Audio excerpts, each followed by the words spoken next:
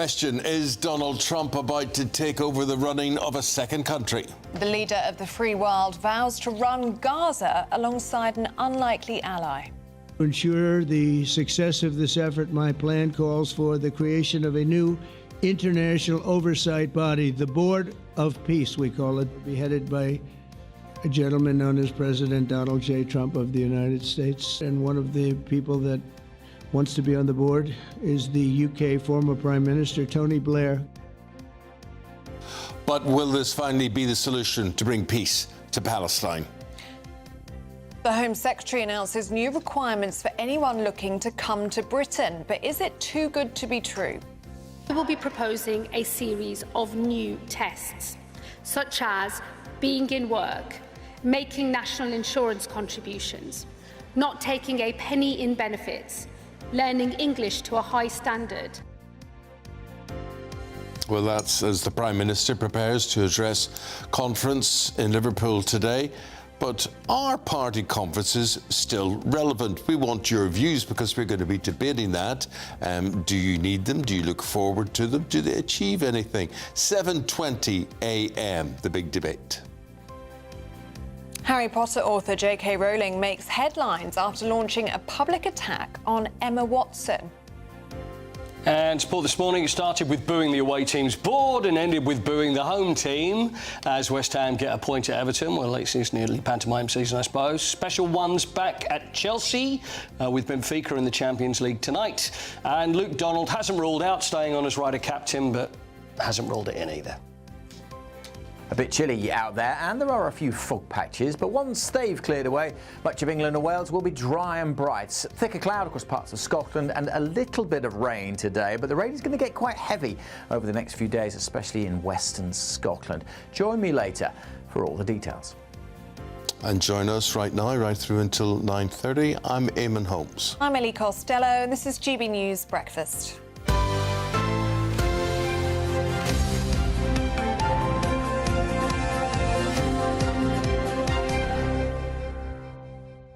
Right, you two, I've got a question for you regarding Nellie and Maggie. Oh. Would they like a glass of wine in the evening, do you think? No. No. Oh. No. You don't think after That's a hard outrageous. day, the We were garden, talking about our dogs. These are dogs. Yeah, Our they'd like dogs to here. relax with a nice glass of wine. Don't you think that would be a nice thing for them? No. No, terrible. Well, there's this one company who thinks it's a great idea. Muttley's Estate. They've unveiled pet-friendly wines. Oh, come on. This isn't a joke. The names are fantastic, including Champour, Pernod Noir and Sauvignon Bark. When are you getting to the fantastic names? When are they? Those are the three fantastic Oh, names. right. They all contain catnip. There you go. So it's got herbs in it. So what is the Nice point? liquid. Apparently the pets really like it. Well, Relaxing. like lots of things. She likes chocolate, but it would kill her if I allowed her to eat it. You know, Apparently so- it's got a calming effect, the catnip, and very good in situations such as when fireworks are going off. Pour them a nice Right, bit there we are. of the animal-friendly wine, and they could just you relax could maybe a bit. convince me on that bit. Yeah, maybe. I thought you I'm quite still liked the thinking idea about of this. fireworks. That's coming up, isn't it? So, oh dear. That's a terrible night. It's not cheap, £5.60 for 150 So ml. who is this appealing to? Just rich idiots? People who love their cats and dogs, OK. I think. And one reviewer says, I'm loving the Sauvignon Bark. My dog gets very anxious and associates wind and rain with thunderstorms. Now I use this when the bad weather is coming and it relaxes her. OK. I think it could catch on. But that's the argument people use when they're just addicted to drink and they're addicted to alcohol, and it's a huge poisoner of people. It's a gas. Calms Lie me their animals down. with it now. But what? It's all that. It calms me down. It's like smokers. Well, it calms me down. It's not. It's the addiction that actually makes you want to do that and makes you feel better. Yeah, and it's actually the 2 minutes, there's studies that have found it's the 2 minutes where you step outside for a cigarette that actually calms you down. I can believe Stepping away from the office, that it is, not the cigarette, so... That's the calming down bit, the That's the stepping calming away. down bit, it's the stepping away. Oh, well, there you go. So nice, There but you no, I'm go. afraid Nellie is out. I'm sorry I haven't got a fag this morning, but here it's just me, and it's 6:04. It's very nice to have you on board. We're with you through until 9:30 this morning. The lead story, Ellie, is... President Donald Trump says he will personally run Gaza with the help of Sir Tony Blair. It's part of his new 20-point plan for what he's calling eternal peace in the Middle East. Well, speaking alongside Benjamin Netanyahu, the American president announced he will head up a new board of peace to oversee Gaza's day-to-day governance. And we'll have a board, and one of the people that wants to be on the board is the UK former Prime Minister, Tony Blair. Good man, very good man, and some others. And they'll be named over the next few days. And it'll be quite the board. Working, everybody wants to be on it now. The plan has already won backing from several Arab states, but Hamas is saying it hasn't even seen a copy of this. This can be done the easy way, or it can be done the hard way, but it will be done. Well, the Labour MP, Alex Ballinger, shared his views with Beverly Turner last night on The Late Show Live, right here on GB News. Tony Blair has a lot of experience in the Middle East. He was the peace envoy many years ago, and he's maintained a close interest in what's been going on there. He wouldn't be everybody's first choice to be involved, but I think any transitional authority that takes that power of governance away from Israel and moves it towards the hands of the Palestinians is a step in the right direction. And with Tony's experience, with his knowledge of the area, I think it could be something that works well. Well, that's what he thinks. We're joined now by Republican commentator. We welcome Nora Lee Knotson this morning into the studio. Is he the right man for this role or not, Tony Blair? Well, good morning. It's obviously big news. As you know, Tony Blair has not been received well by the PA when he was a special envoy to the Middle East. They famously described him as useless, useless, and useless. He was also behind the plan for the Riviera of Gaza. So I do think they will have a lot of suspicion around Tony Blair. The question is, do they trust Trump? Trump is the one with all the power here. And the fact that he discussed this plan at the UNGA with the Arab countries, Muslim countries, he has them on board. And it's a middle ground towards peace. It's not everything that both sides want, but I think it's the way forward right now. So it's going to be headed up by President Donald Trump, according to these plans. Yes. A lot of extra work for the president, isn't it, governing two countries? I would say it's not going to be work. It's more who calls the shots at the end of the day. He's not. So he's shot calling. That's what he's doing. He's calling the shots. He's got the leverage over everybody right now. And of course, there was a big deal announced overnight with Saudi Arabia involved, the EA deal, Jared Kushner involved. Trump is a businessman, and he sees an opportunity for more business for everybody to thrive if there is peace in the Middle East. And of course, that's the crown jewel that he wants for his Nobel Peace Prize. What does Tony Blair see? Is he an administrator in all of this, or will he be an ideas man, an implementer? I think he as well sees business. As we know, Tony Blair is behind the controversial digital IDs. He's going to see a lot of business opportunities being involved with Gaza. There's going to have to be a lot of construction done. And they also want to make it a thriving place. So for him, he sees dollar signs. OK, let's cross your views now with Fraser Myers, Deputy Editor of Spiked Online. Well, Mr Fraser, what do you think? Well, I mean, I think we've got to look a little bit beneath some of the Trumpian bluster. I mean, he not only talked about it, but he talked about it being potentially the greatest day for civilization ever. So we should probably, lower our expectations a little bit. We have had many attempts at peace before that have collapsed for various reasons. Even the most recent one, the most recent deal that Trump brokered in the Middle East collapsed after 2 months. But there is some hope. The fact that the Arab countries are behind this, the fact that Qatar in particular are behind this is potentially hopeful, because Qatar, of course, is where Hamas are being hosted. So they could really exercise some leverage. And I think Hamas are the real blockage to peace in this context. Do you think they'll agree to this?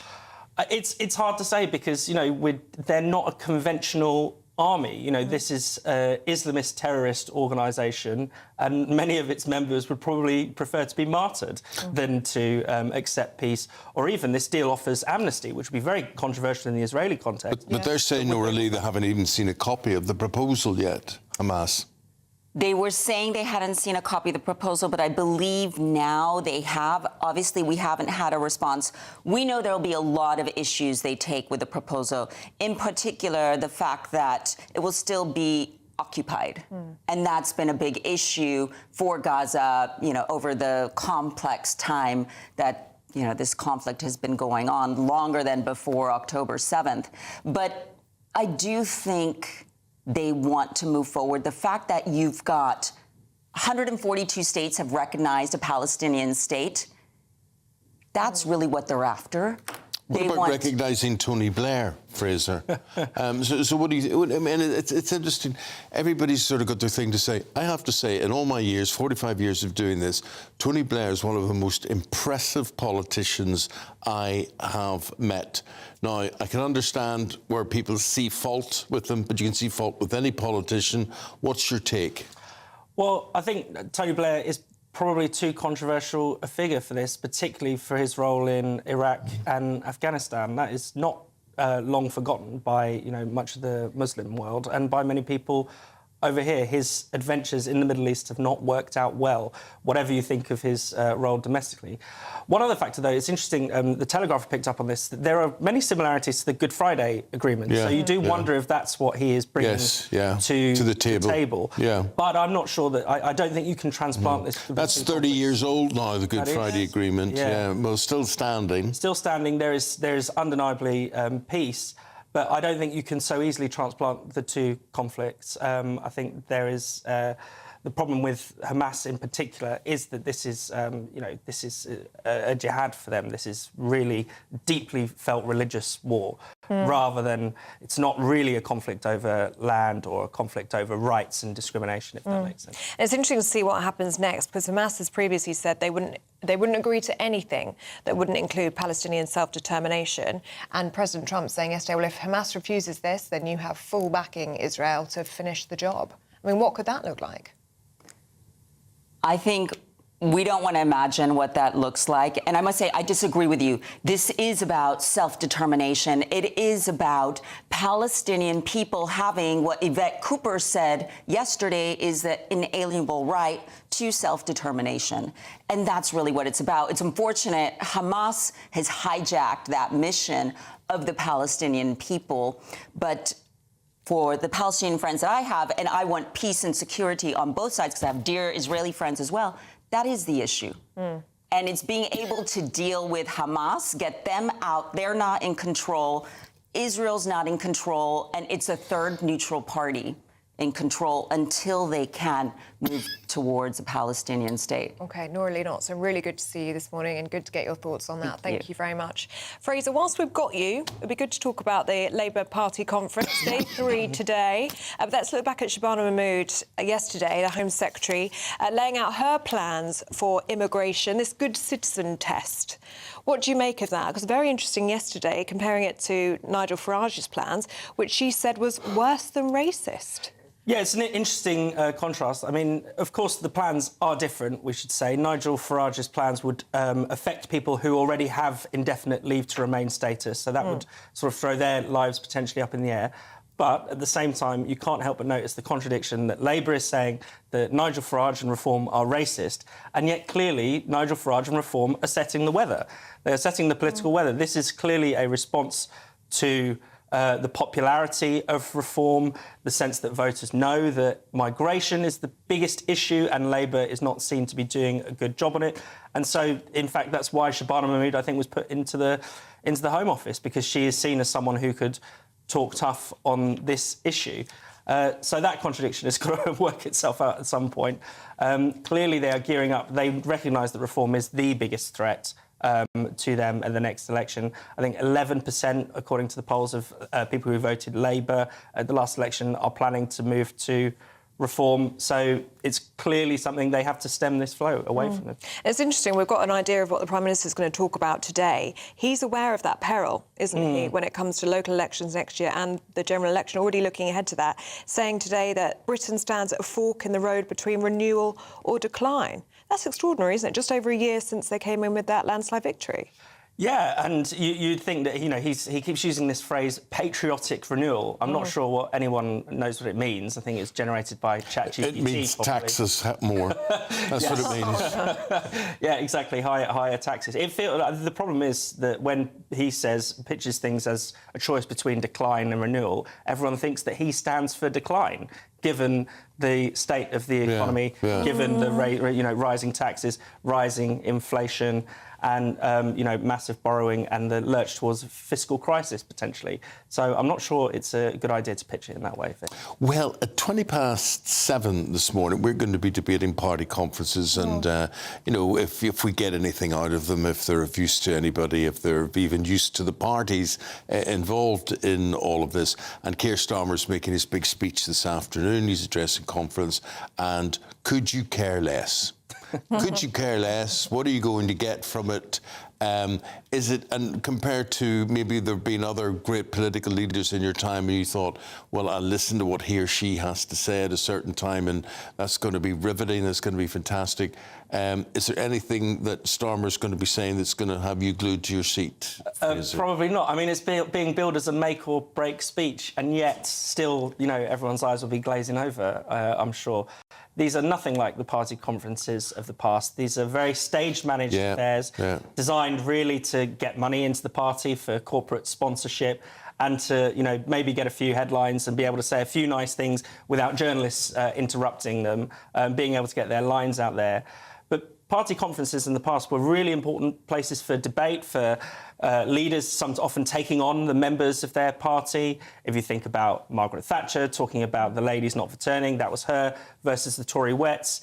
If you think about the party conferences ahead of the IMF bailout, Jim Callaghan, Dennis Healey telling the party that we have to make tough decisions. These were big moments. I can't remember probably hasn't been a similar moment at a party conference in the past 10 years. OK. Fraser, good talking to you. We'll speak again after 7 o'clock. Thank you very much indeed. Have your say. There it is on screen. 7:20. Party conferences, are they of any use at all? Let us know your view. Now, just coming up to 17 minutes past 6. Let's get a check on the weather now with Alex Deacon.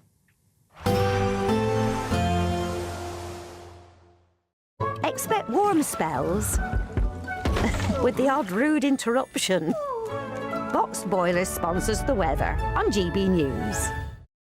Good morning. Welcome to your latest weather update from the Met Office here on GB News. Like yesterday morning, there's a few fog patches around, steadily clearing in the next couple of hours. And then most places dry and bright. Main exception to that will be parts of Western Scotland and Northern Ireland. Even parts of northwest England, North and West Wales may see the odd shower. Quite cloudy in this northwestern zone, but some sunny spells coming through across the northeast of Scotland, especially along the Moray Firth. For a good chunk of the Midlands, eastern and southern England, dry and a bright day with some sunny spells once that fog has gone. And in the sunshine, temperatures getting up to 20 Celsius. So yes, a bit chilly first thing this morning, but temperatures rising nicely by this afternoon. Further north, highs of about 17 or 18. But generally a fine day in the south, and that'll turn into a fine evening. Some cloud, some sunny spells, and still quite mild really for the end of September.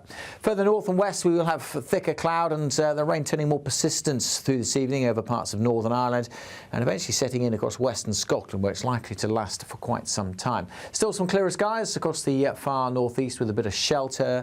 Quite a breezy, blustery night across the northwest, and it will turn into a very wet night. That rain really setting in over western Scotland, heavy pulses of rain. Same goes for Northern Ireland too, whereas for most of England and Wales, bar the odd shower across the Lake District, most places here will be dry and fine and turn quite chilly again across the southeast. Light winds with some clear skies, temperatures in rural spots well down into single figures, whereas it will be a mild night across the far north and west. But it will be another wet day on Wednesday, with that rain really building up through Wednesday, Thursday and even into Friday in western Scotland. We're a bit concerned that rain could cause some disruption, so there is a yellow warning in place. Should ease from Northern Ireland during the day. Again, the far northeast of Scotland well sheltered, and much of England and Wales having another dry and fine day tomorrow after a chilly start. Temperatures again here up to 20 Celsius.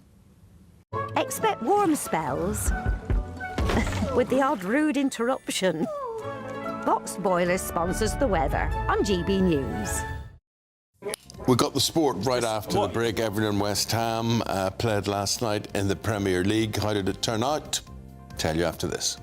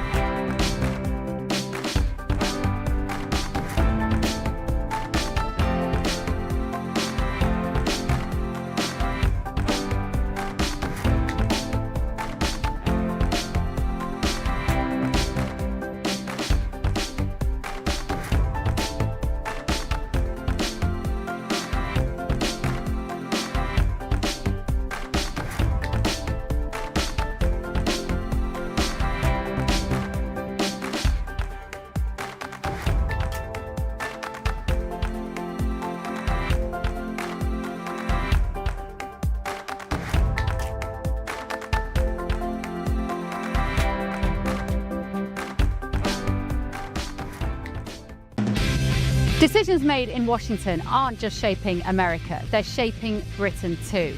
From migration to global security, from crime to health. Whatever happens in the White House today will be felt in your town or city tomorrow. That's why The Late Show is live from Washington, D.C. Cutting through the politics to show you what it all means for Britain. The Late Show live every night at midnight. Only on GB News, Britain's news channel. Exciting news. Every Friday, my Patrick Christie's Tonight Show is going to have a twist to it. We're welcoming some special guests. You.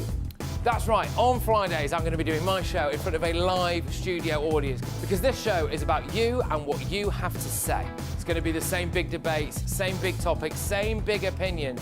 But every Friday night at 9 p.m, you are invited to come on down to Patrick Christie's Tonight to be a part of the action. Only on GB News, the People's Channel, Britain's news channel. Hi, I'm Michelle Dewberry and my show is your opportunity to cut through all the noise and dive in headfirst to some robust debates. Ideas clash. Situation, No, Because the failure is... You're deliberately avoiding my point. Nothing's held back. And if you think this is the end of it, wait for more. And we do not shy away from the difficult stuff. Sometimes I want to shake people and say, if only you understood. So join me on Jubes & Co. weeknights at 6 p.m, only on GB News, Britain's news channel.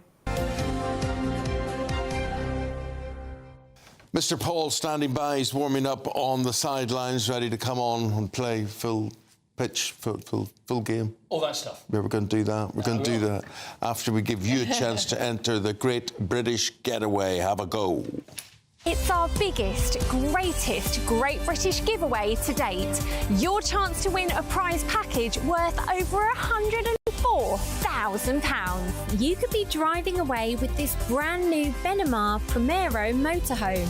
With thanks to Marquis Leisure, this 4-berth home from home comes complete with integrated kitchen and bathroom areas, sky view roof lights, and has all the tech you'd expect from the latest 2025 model. We'll also give you an incredible £30,000 in tax-free cash to make sure any adventures in your motorhome are taken in style. For another chance to win, text WIN to 63225. One entry costs £2.50 plus one standard network rate message. Or text BONUS to 63225. 5 entries cost £5 plus one standard network rate message. Go to gbnews.com/win. Entries start at £2.50. Call 0903 686 3232. Calls cost £2.50 plus your network access charge. Or post your name and number to GB16 PO Box 8690 Derby DE1 9TT. UK only. Entrance must be 18 or over. Lines close at 4 p.m. on the 31st of October. The winner will be contacted live on GB News, week commencing 10th of November. Please check the closing time if listening or watching on demand. Good luck. Good luck to everybody playing football tonight. There's a lot of sport going on. Paul's here to run us through it. Last night, first of all... Yes.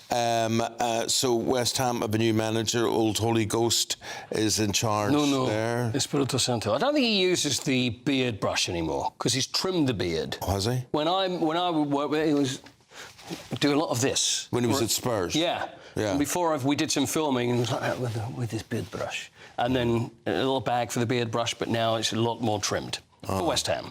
Yeah, I noticed in Spurs tonight have Bodo Glimt. They've got Bodo Glimt. Who is he? Who does he manage? Who are we talking about? Bodo. Bodo Glimt. Bodo Glimt. Oh, Bodo Glimt's a team. Bodo Glimt is a team. There's Nuno. So Nuno with his new beard. Listen, Everton and West Ham last night. So Everton at the new stadium, all looked lovely. West Ham having a terrible time. Everton scored first with poor defending by West Ham. I saw that goal. I waited to saw that and I thought there's going to be a walkover for Everton. So did I. And I went to bed. Then second half was different. Was it? Yeah. Jared Bowen scored and then West Ham looked better. So Nuno, would we call this a new manager bounce?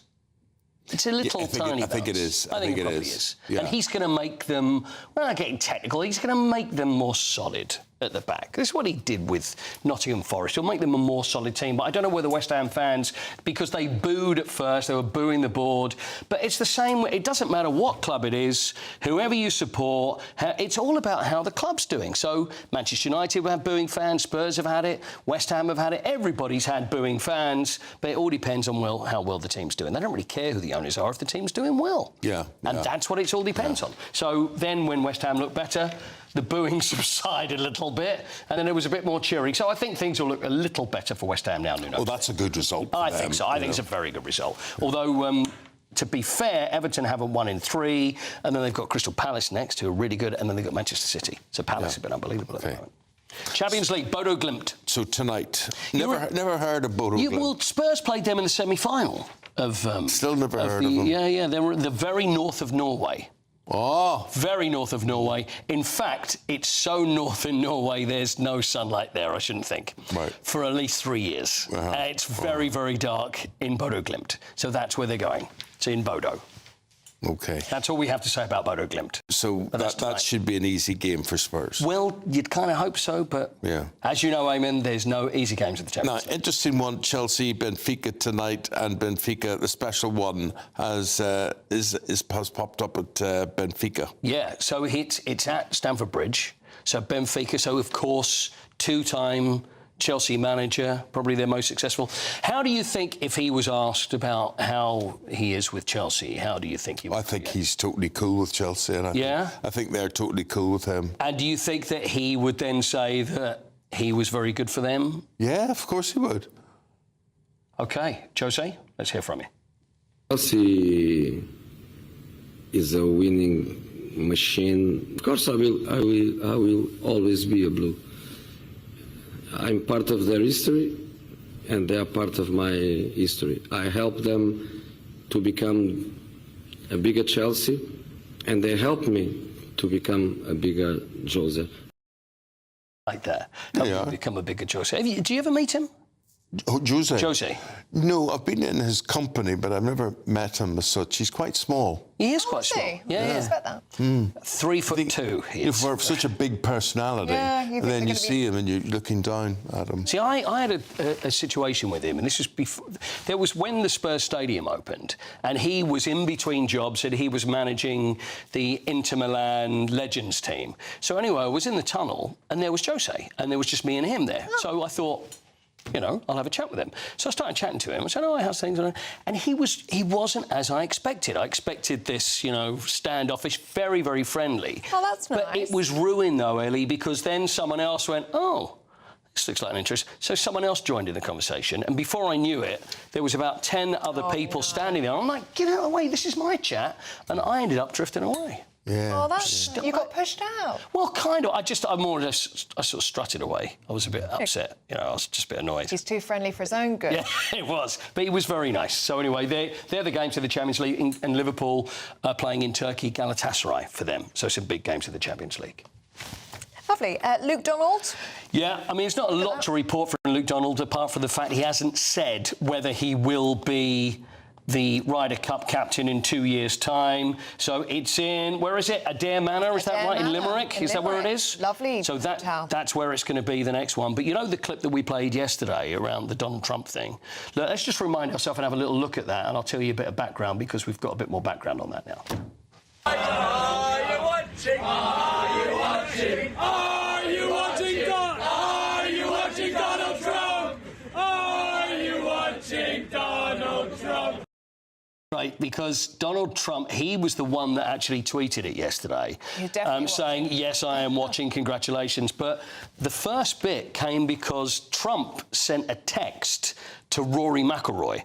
So Rory actually got a message from the president on his phone and then thought, what should we send back? So they actually filmed that purely for that message, for him, and just sent it back to him. So they didn't put it on, and it was only Trump that actually put it on social media. So they were actually singing that. I mean, how cool is that? But I thought it was terrific. So 2 years to go, Adair Manor, and I've realised I think I'm probably could be too old to play in that now. But not too old to watch it and be there and avail of the delights of Adair Manor. Well, we've decided that we're doing the show live from there, haven't we? We've decided. We're doing it. OK, there you go. We just need to get sign-off from the bosses. Oh, I'm sure that will be easy. I'd rather go to that than the World Jump Rope Championships. Right, before we play this, could you ever skip, with the rope? No. I was a very good skipper. I bet you were. Yeah. Could you do the crossy over? And in the playground, you'd have everyone involved. I couldn't do it. And I'm desperate. When you see Rocky in the dirt, I always wanted to do it, just couldn't do it. Very good cardio to get. I know. The boxers do it, don't they? I can't do it more than twice. Yeah, I agree. Look at these people. Look, this is the World Jump Rope Championship.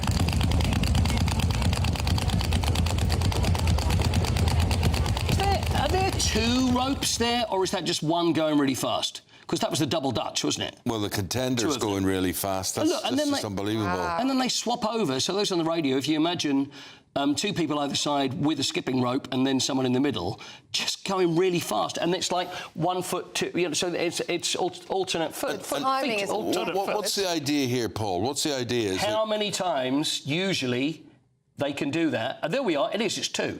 So then, look at that. It's just frighteningly brilliant. Very good. And I couldn't do two. Could you have done that, Ellie? I bet you could do that, couldn't you? Yeah, back in the day, absolutely. I'm joking. Never. I wouldn't. Never. Look at that's an insane level of fitness. Yeah. How do you know when the ropes come in? If I think about it too much, I'd mess up. Yeah, that's the thing. Well, I did two. Well, off you go and practice, Paul. I got a lot of work to do. At 7:20. Thank you very much indeed. You're watching GB News Breakfast with Eamonn and Ellie. It's time now for our daily reflection. The GB News Daily Reflection. Hello, my name is Marjorie and I'm a Baptist minister in Sheffield. In the midst of life's chaos and the endless to-do lists we have in our heads, worry can easily take hold of our hearts. It is easy to get overwhelmed by the unknowns of the future, our jobs, our health, our relationships. Yet Jesus speaks directly into this in Matthew's Gospel, chapter 6, when he says, "Therefore, do not worry about tomorrow, for tomorrow will worry about itself. Each day has enough trouble of its own." Jesus isn't telling us to ignore our responsibilities or pretend that life is without struggle. Instead, he's inviting us to trust him with our burdens, to surrender our anxiety, and to focus on the present. We can also remember that not everything we worry about will actually happen. Often our worries are about things that are beyond our control, and stressing over them doesn't change the outcome. Instead, we can focus on what we can control, our actions, our thoughts, and our perspectives. And when we bring our worries to Jesus, we are reminded that he holds all things in his hands. He promised in Matthew's Gospel later in chapter 11, "Come to me, all you who are weary and burdened, and I will give you rest." It is a particular kind of rest for the soul. So today, if worry begins to creep in, we can remember that Jesus promises to be with us.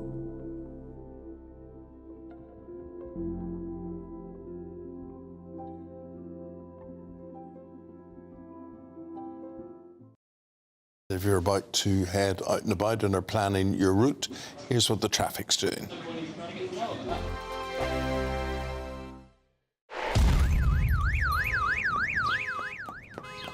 Crash Law 24 sponsors GB News Traffic and Travel Report. Good morning. This is the latest AI travel news from gbnews.com. The M8 between junction 24 and junction 27 remains restricted both directions due to essential long-term planned maintenance, with a 40 miles per hour speed limit in place. The M6 northbound has an accident between junctions 3 and 3A. In Warwickshire, there is a reported road traffic collision on the M6 northbound between junctions 3 and 4, where one of 4 lanes is currently closed. Motorists are advised to expect delays. And on the trains, Great Western Railway is experiencing disruption to and from Portsmouth Harbour. Northern services have buses replacing trains between Corkicle and Whitehaven. For more travel news, go to gbnews.com. Crash Law 24 sponsors GB News Traffic and Travel Report.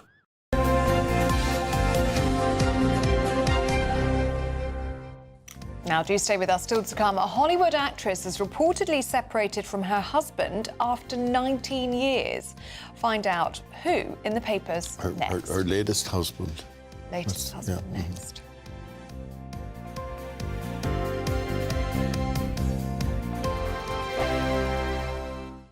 Welcome back to Britain's Newsroom with Andrew and Beth. Hello everyone, Patrick Christie is here. I'm Michelle Duke, Britain's News Channel. Access the stories that matter to you. Take the GB News family with you on any device. And as long as you have an internet connection, tune in to GB News anywhere on the planet or beyond. GB News, the People's Channel, Britain's News Channel. Miriam, you can't be serious. Scrapping the triple lock on state pensions?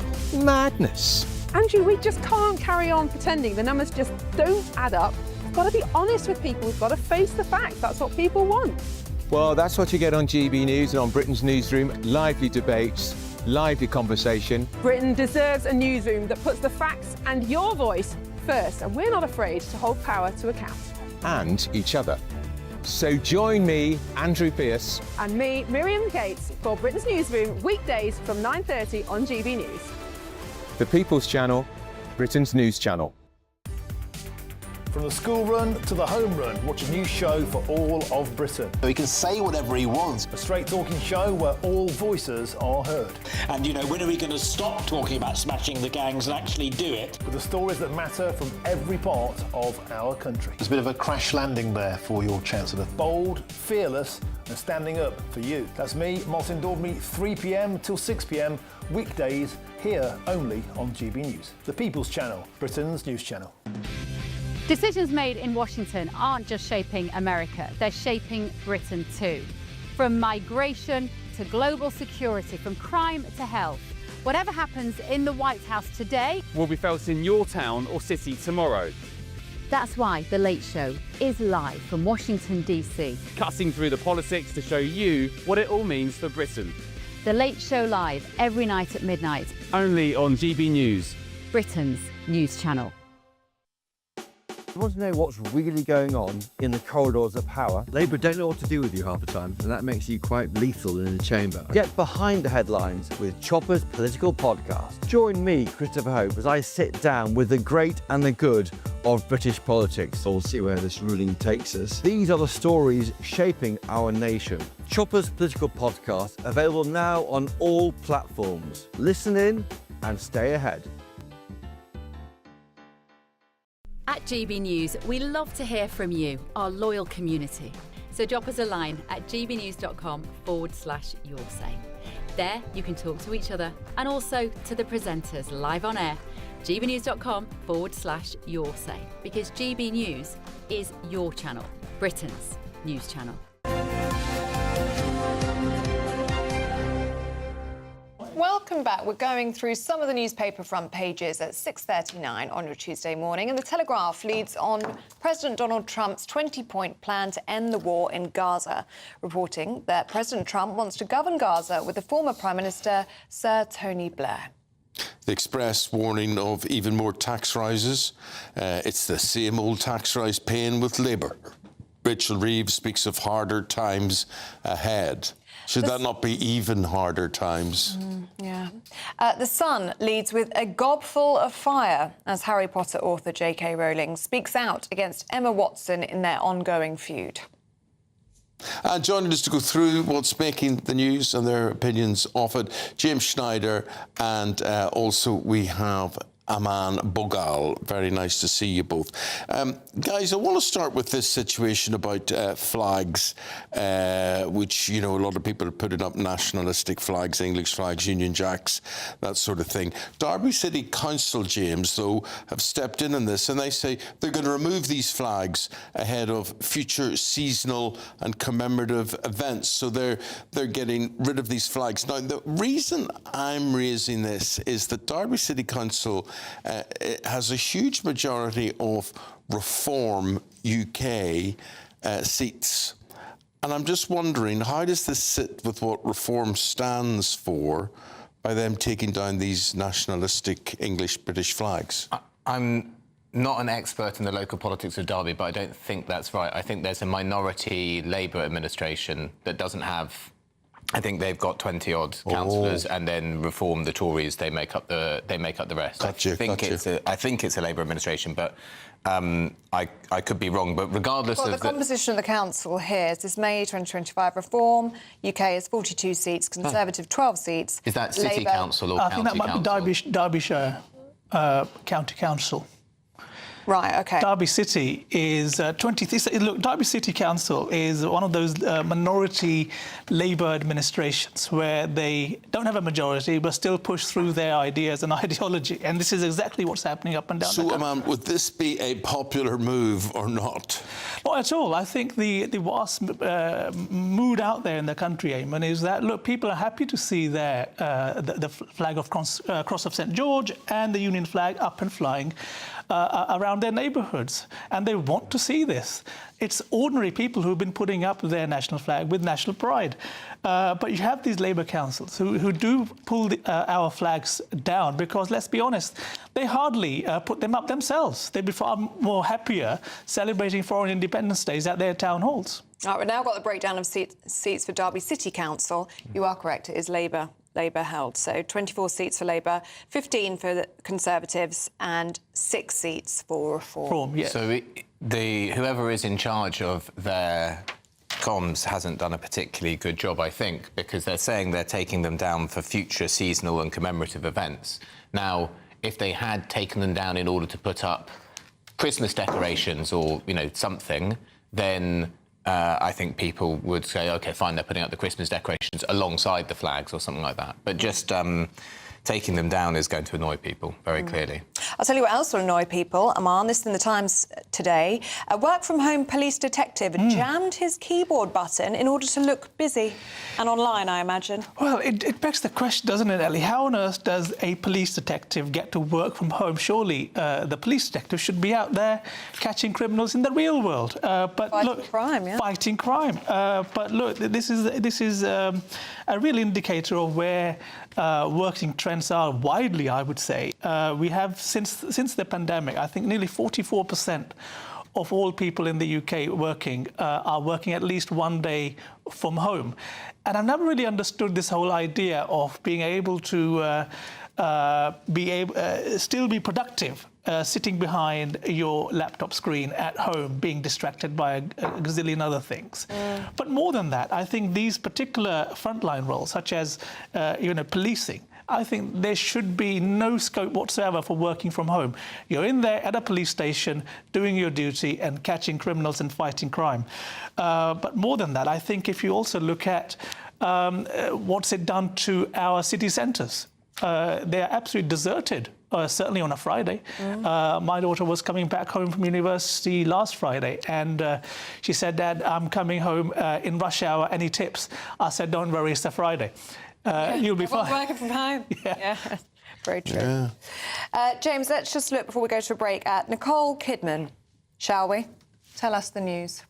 Yes, household name Keith Urban, who I know a huge amount about, Every single detail of his life, I know about it. And he and Nicole Kidman have split up. I think he did the splitting up. He is an Australian country singer, for those that don't know. And he was married to Nicole Kidman, and now soon he will not be. Oh, I think it's very sad. They've got 2 children together, I think in their teenage years. I think they've got 2 young daughters, I was reading this morning. So it is very sad. But you don't know if it's very sad. After a long time together, I think it's sad when any marriage people have an opinion on everybody else's life. None of us know. The 2 of them could have despised each other and absolutely want to walk away from each other. And we say, oh, it's awful. It was 17 years together. Yeah. But they once loved each other lots and lots. So I think it is sad when any marriage ends. But it might be the right thing. You've just started, you see. The thing is, yes, you haven't got to the bitter and twisted bit yet. No. Yeah, OK. Oh, well, let's hope they're both happier, whatever happens. Whatever happens. Let's go to the break, and when we come back, we'll be asking you, could David Attenborough, could his latest move see him become a TikTok star, OK? Some people think so. We'll be finding out more and hearing the paper's top stories with James and Eamonn next. But first, if you're in search of some holiday sun, here's where it is. Ready to soak up that holiday sunshine? Won't we need some cover? No worries. All sorted. All Clear Travel Insurance sponsors GB News Travel Destinations Forecast. Torrential rain at the moment across parts of Spain. That will be easing from the Valencia area. Meanwhile, some heavy rain across parts of southern Italy during Wednesday, particularly over Sicily, and some scattered showers too likely across the Balkans. 1 or 2 showers over Greece. Most of the Greek islands, though, dry, fine and sunny, and plenty of sunshine in Turkey as well. The odd shower cropping up in Santorini as we head through Friday. Some sunshine returning to Rome. Goodbye. All Clear Travel Insurance sponsors GB News Travel Destinations Forecast. At GB News, we love to hear from you, our loyal community. So drop us a line at gbnews.com/yoursay. There you can talk to each other and also to the presenters live on air. gbnews.com/yoursay, because GB News is your channel, Britain's news channel. This is GB News, Britain's news channel. Battle of Britain Day was the 15th of September 1940, was Goering's last chance to break the Royal Air Force, and really for the RAF was a key turning point for Great Britain. If we'd have lost the battle today, then Operation Sea Lion and the invasion of England would have taken place. And tell us the significance of where we are in Hangar 42 in Blackpool. What is the significance of where we are this morning? Well, the Spitfire Visitor Centre, or Hangar 42 at Blackpool Airport, this was the very first hangar built in May 1939. So when we had the idea that the war was coming, they hurriedly converted RAF Squires Gate, as we know it now, to from a horse racing track to an operational airfield. Blackpool was also turned into RAF Station Blackpool, and in the rest of the war it would become Europe's biggest military training establishment. These are the planes which defended Britain. They were, and certainly here at Blackpool we'd have had the Hawker Hurricane operating from here during the Battle of Britain, and then the run up to the Blitz. And a new poll out today showing that 2/3 of people under 40 don't really even know what the Battle of Britain is. Is that concerning for you? I guess that stresses the importance of places like this existing for people to come and see. It is concerning, because if we think about how the world is today, if we forget about the struggles of the past, then there's a generation sleepwalking into problems in the future. So I think what we try and do here is keep the building as original as it is, and the realities of fighting on the ground as well as in the air during the Battle of Britain and the whole of World War II as well. So we tell a range of stories here, and I think it is very, very important that these private museums like this are supported, because if we lose them, we lose them for good. GB News, the People's Channel. Join me, Nana Akwe, for an informative, interactive news programme with a difference. It's fun. No, he didn't say that, though. I'm so surprised. I think there's an element of truth to that. Join me from 3 p.m. every weekend, only on GB News, Britain's news channel. From the GB Newsroom, we bring you the news as it happens. With our team of dedicated journalists across the UK, we're ready to keep you up to date with what's happening every half an hour, every single day. Bulletins here on GB News, the People's Channel, Britain's news channel.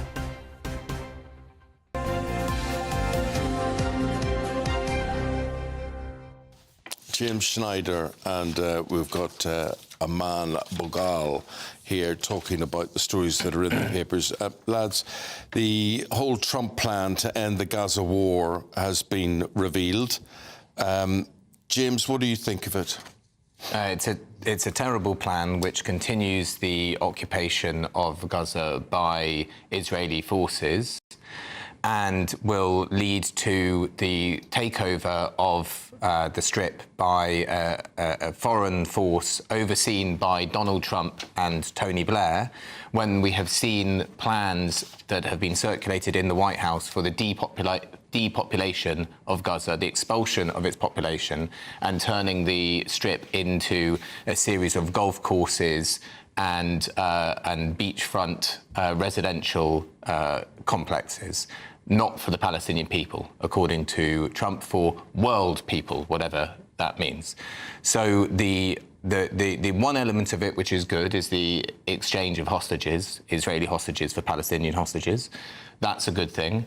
But, Netanyahu claims that a Palestinian state is a reward for Hamas's actions. Well, this is a reward for Israeli genocide which the UN Commission of Inquiry found had been committed by Israel less than 2 weeks ago. Do you think Hamas are going to agree to this, Eamonn? Well, look, the Arab world has welcomed President Trump's initiative this morning, and that's quite significant. It means that a lot of the people that are behind the scenes working with Hamas have already agreed to a lot of this. And look, President Trump is the president of peace, and peace is the biggest strength. We've seen what he's tried to do in other parts of the world with peace. But look, this is, I think, a deal which is long overdue, right? Having said that, if Tony Blair is the answer, then what on earth was the question, is what a lot of people will be asking around the Middle East. He hasn't got a stellar record in the Middle East. But I think peace must be given a chance, and this is a very rare chance that the Palestinians finally have of getting some peace in Gaza with Hamas gone and some normalcy being returned. But I think one of the big points in the Trump plan is about the de-radicalization of the population in Gaza, especially the children. I think that's crucial, that they do not exist. Just the whole thing, I just find it really creepy, and I look at the annihilation of the populace there, what's going to happen next to these people, and you find the Palestinian home is going to be some sort of sunset strip with golf courses and casinos and whatever. I mean, how does this satisfy and pacify people who have lived there and suffered so much? It doesn't at all. It's a new Nakba. It's a new removal of the people from their home. Most of the population of Gaza themselves are descendants of people. But no. Let's be honest. Nobody's going to be removed from Gaza. I think have you seen the plan? Yes, I have seen the plan. And President Trump very clearly said that, look, people are free to leave if they wish to leave, but they're free to stay if they wish to stay. Nobody's turning this into a Trump golf course. Don't be silly. This is going to be... Have you seen the plans? Have you seen the plans? There are no plans of turning it into a golf course. This is about handing power and ownership to the people in the Middle East for the neighbours of Palestine and the Palestinians themselves to come in. Let's be honest. Has there ever been other peace in Palestine? This is finally a chance for the Palestinians to have peace and stability in their... Peace and stability through their annihilation, through a 2-year-long campaign of genocide. So you'd rather have Hamas... So you'd rather have Hamas continue their bloodshed and the campaign for the annihilation of the Jews? If we're talking about a campaign of annihilation and bloodshed, there is one terrorist entity that has bombed 7 regional capitals in the last 2 years, which is the Israeli military, which engaged in the wholesale destruction of people, which has been found to have been committing genocide. Well, I didn't know I was going to be sitting here with a friend of Hamas, but look, as Netanyahu said yesterday, absolutely ludicrous this can be thing. done. This can be done the easy way or the hard way, but it will be done. We're running out of time on this section of the programme. Come back and we'll discuss this more next time round in 45 minutes' time. Thank you both. Yeah, Eamonn, James, thank you very much indeed. Let's get a check on the weather now, shall we, with Alex Deacon.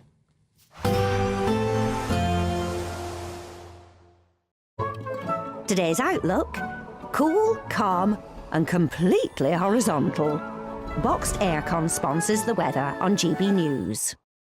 Good morning. Welcome to your latest weather update from the Met Office here on GB News. Like yesterday morning, there's a few fog patches around, steadily clearing in the next couple of hours. And then most places dry and bright. Main exception to that will be parts of Western Scotland and Northern Ireland. Even parts of Northwest England, North and West Wales may see the odd shower. Quite cloudy in this northwestern zone, but some sunny spells coming through across the northeast of Scotland, especially along the Moray Firth. For a good chunk of the Midlands, eastern and southern England, dry and a bright day with some sunny spells once that fog has gone. And in the sunshine, temperatures getting up to 20 Celsius. So yes, a bit chilly first thing this morning, but temperatures rising nicely by this afternoon. Further north, highs of about 17 or 18. But generally a fine day in the south, and that'll turn into a fine evening. Some cloud, some sunny spells, and still quite mild really for the end of September. Further north and west, we will have thicker cloud and the rain turning more persistent through this evening over parts of Northern Ireland, and eventually setting in across western Scotland, where it's likely to last for quite some time. Still some clearer skies across the far northeast with a bit of shelter. Quite a breezy, blustery night across the northwest, and it will turn into a very wet night. That rain really setting in over western Scotland, heavy pulses of rain. Same goes for Northern Ireland too, whereas for most of England and Wales, bar the odd shower across the Lake District, most places here will be dry and fine, and turn quite chilly again across the southeast. Light winds with some clear skies, temperatures in rural spots well down into single figures, whereas it will be a mild night across the far north and west. But it will be another wet day on Wednesday, with that rain really building up through Wednesday, Thursday and even into Friday in western Scotland. We're a bit concerned that rain could cause disruption, so there is a yellow warning in place. Should ease from Northern Ireland during the day. Again, the far northeast of Scotland well sheltered, and much of England and Wales having another dry and fine day tomorrow after a chilly start. Temperatures again here up to 20 Celsius. Today's outlook: cool, calm and completely horizontal. Boxed Aircon sponsors the weather on GB News.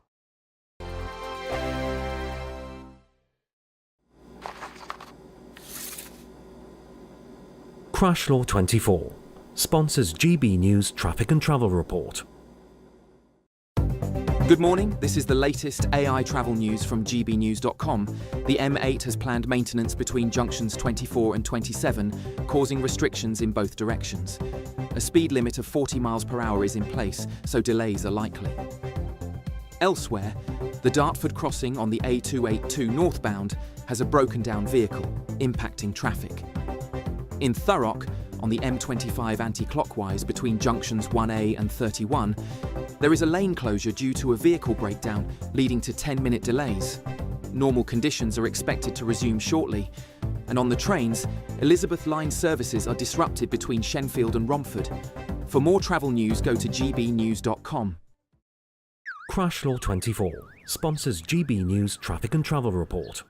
You could bank an incredible £30,000 in tax-free cash to spend however you like. And if that wasn't enough, you'll also get to drive away in this brand new motorhome. This brand new 2025 Benamar Primero could be yours. It comes with all the mod cons you'd expect from a vehicle worth over £74,000 and comfortably sleeps 4 people. This prize package is worth over £104,000. For another chance to win, text WIN to 63225. One entry costs £2.50 plus one standard network rate message, or text bonus to 63225. 5 entries cost £5 plus one standard network rate message. Go to gbnews.com/win. Entries start at £2.50. Call 0903 686 3232. Calls cost £2.50 plus your network access charge. Or post your name and number to GB16 PO Box 8690 Derby DE1 9TT. UK only. Entrance must be 18 or over. Lines close at 4 p.m. on the 31st of October. Please check the closing time if listening or watching on demand.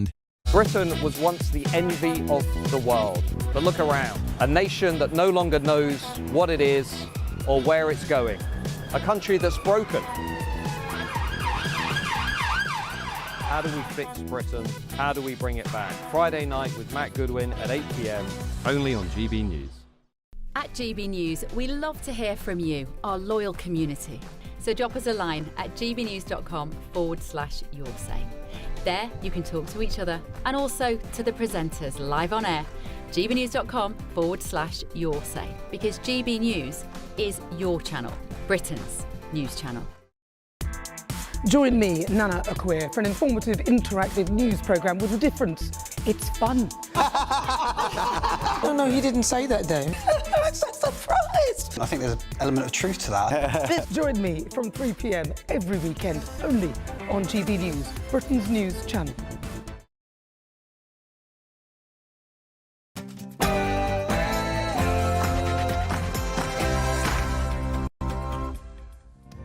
Good morning. Is President Donald Trump about to take over the running of a second country? Well, the leader of the free world has vowed to run Gaza alongside Sir Tony Blair. To ensure the success of this effort, my plan calls for the creation of a new international oversight body, the Board of Peace, we call it, will be headed by a gentleman known as President Donald J. Trump of the United States. But we're asking, will this finally be the solution to bring peace to Palestine?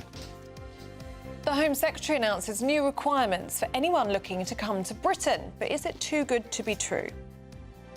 I will be proposing a series of new tests, such as being in work, making national insurance contributions, not taking a penny in benefits, learning English to a high standard.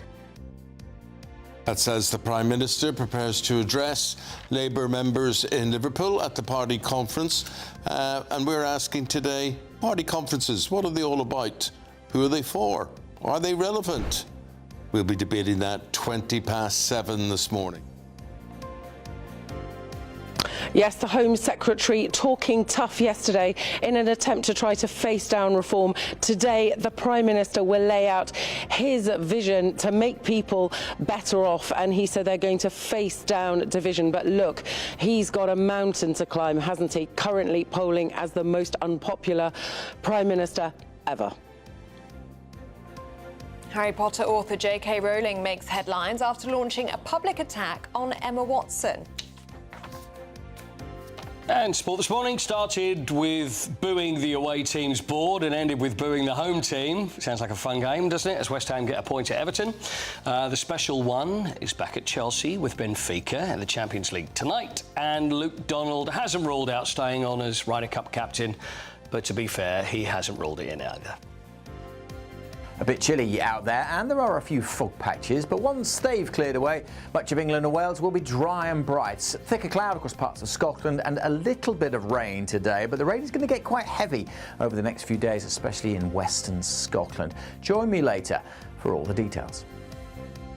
And I hope you join us right now. I'm Eamonn Holmes. A very good morning to you on this Tuesday morning. And I'm Ellie Costello, and this is GB News Breakfast.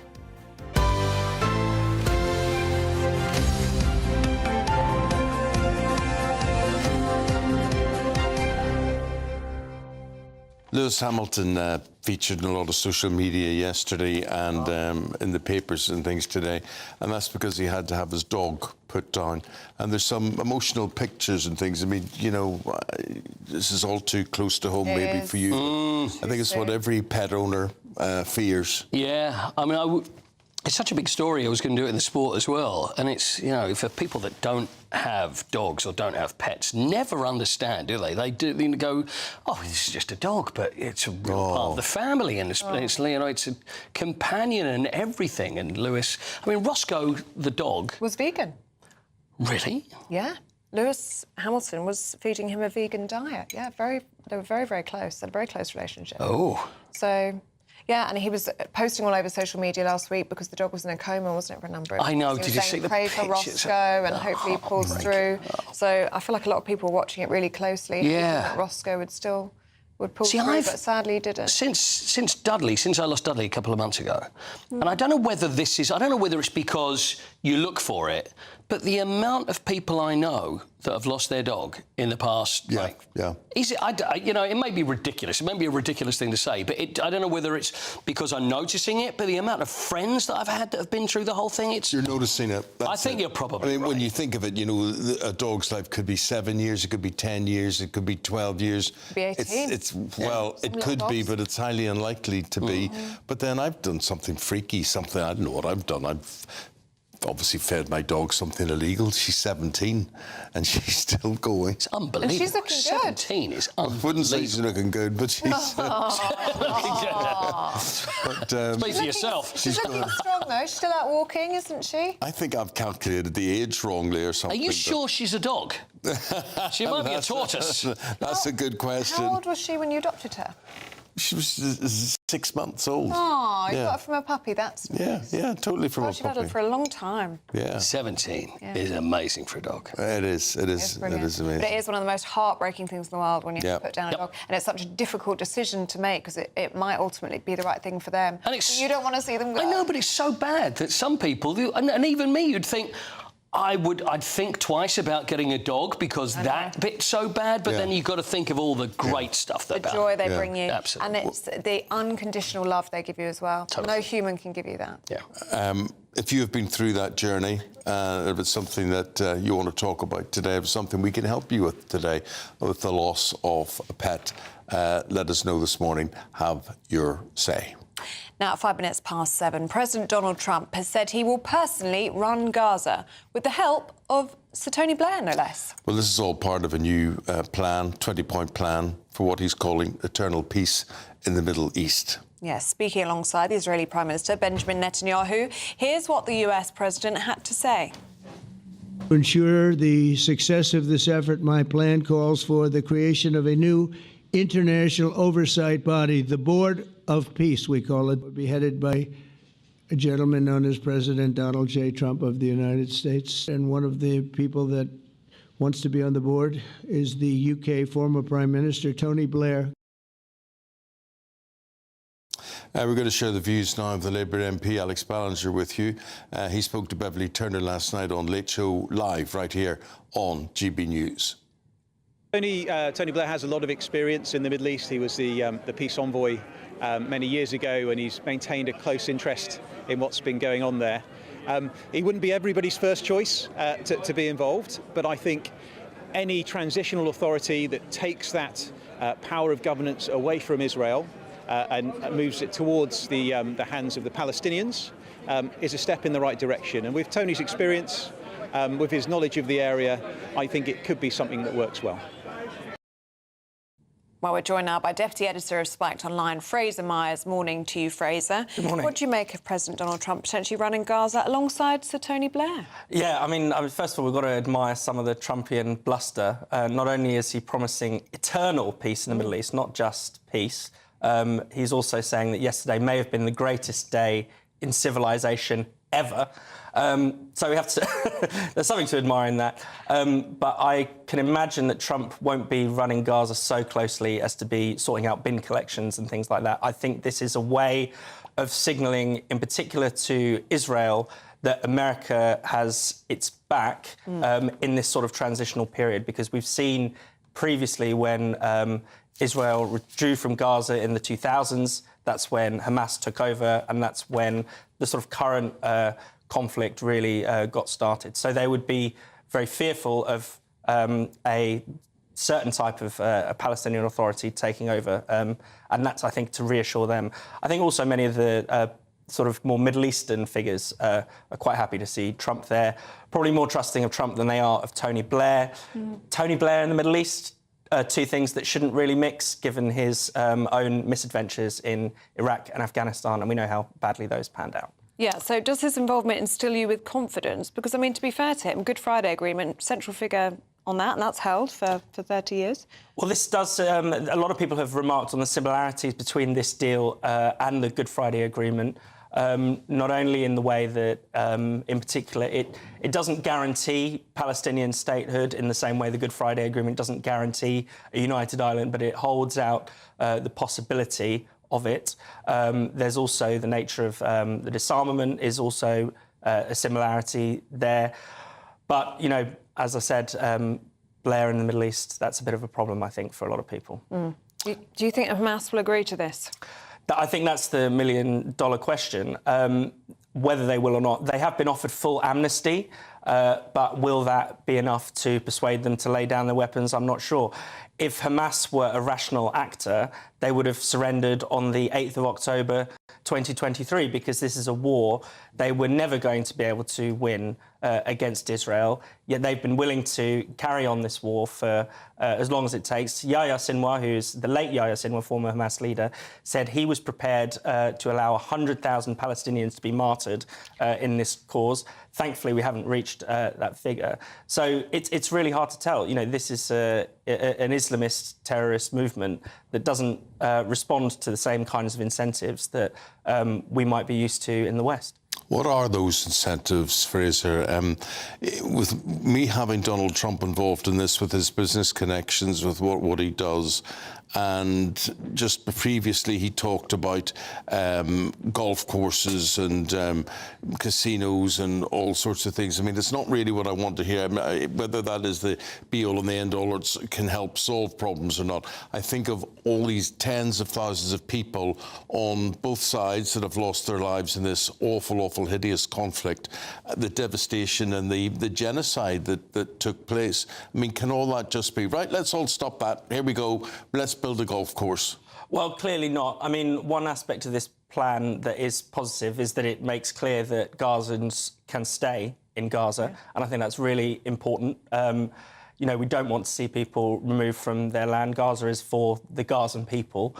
But, you know, we will need to see redevelopment. It envisages a role for the World Bank. I imagine there will be a lot of business opportunities. I imagine that's why Tony Blair is very closely involved. It would be good to see the Gaza economy thriving. Whether Trump's answer to that is the right one, I'm not so sure. Well, we can only cross our fingers and hope that peace does prevail and it comes about quickly. Fraser, appreciate your thoughts today. Thank you very much indeed. Have your say with what Fraser's been saying today and let us know. Now, here we are, day 3, Labour's annual party conference in Liverpool. Both the Prime Minister and the Health Secretary are going to take the stage later today, and we hopefully will be talking live to the Health Secretary in the programme this morning. Well, yesterday we heard from ministers on a range of topics, including the Home Secretary and her pledge to get tough on crime and demanding that migrants' contribution is a condition to stay in the UK.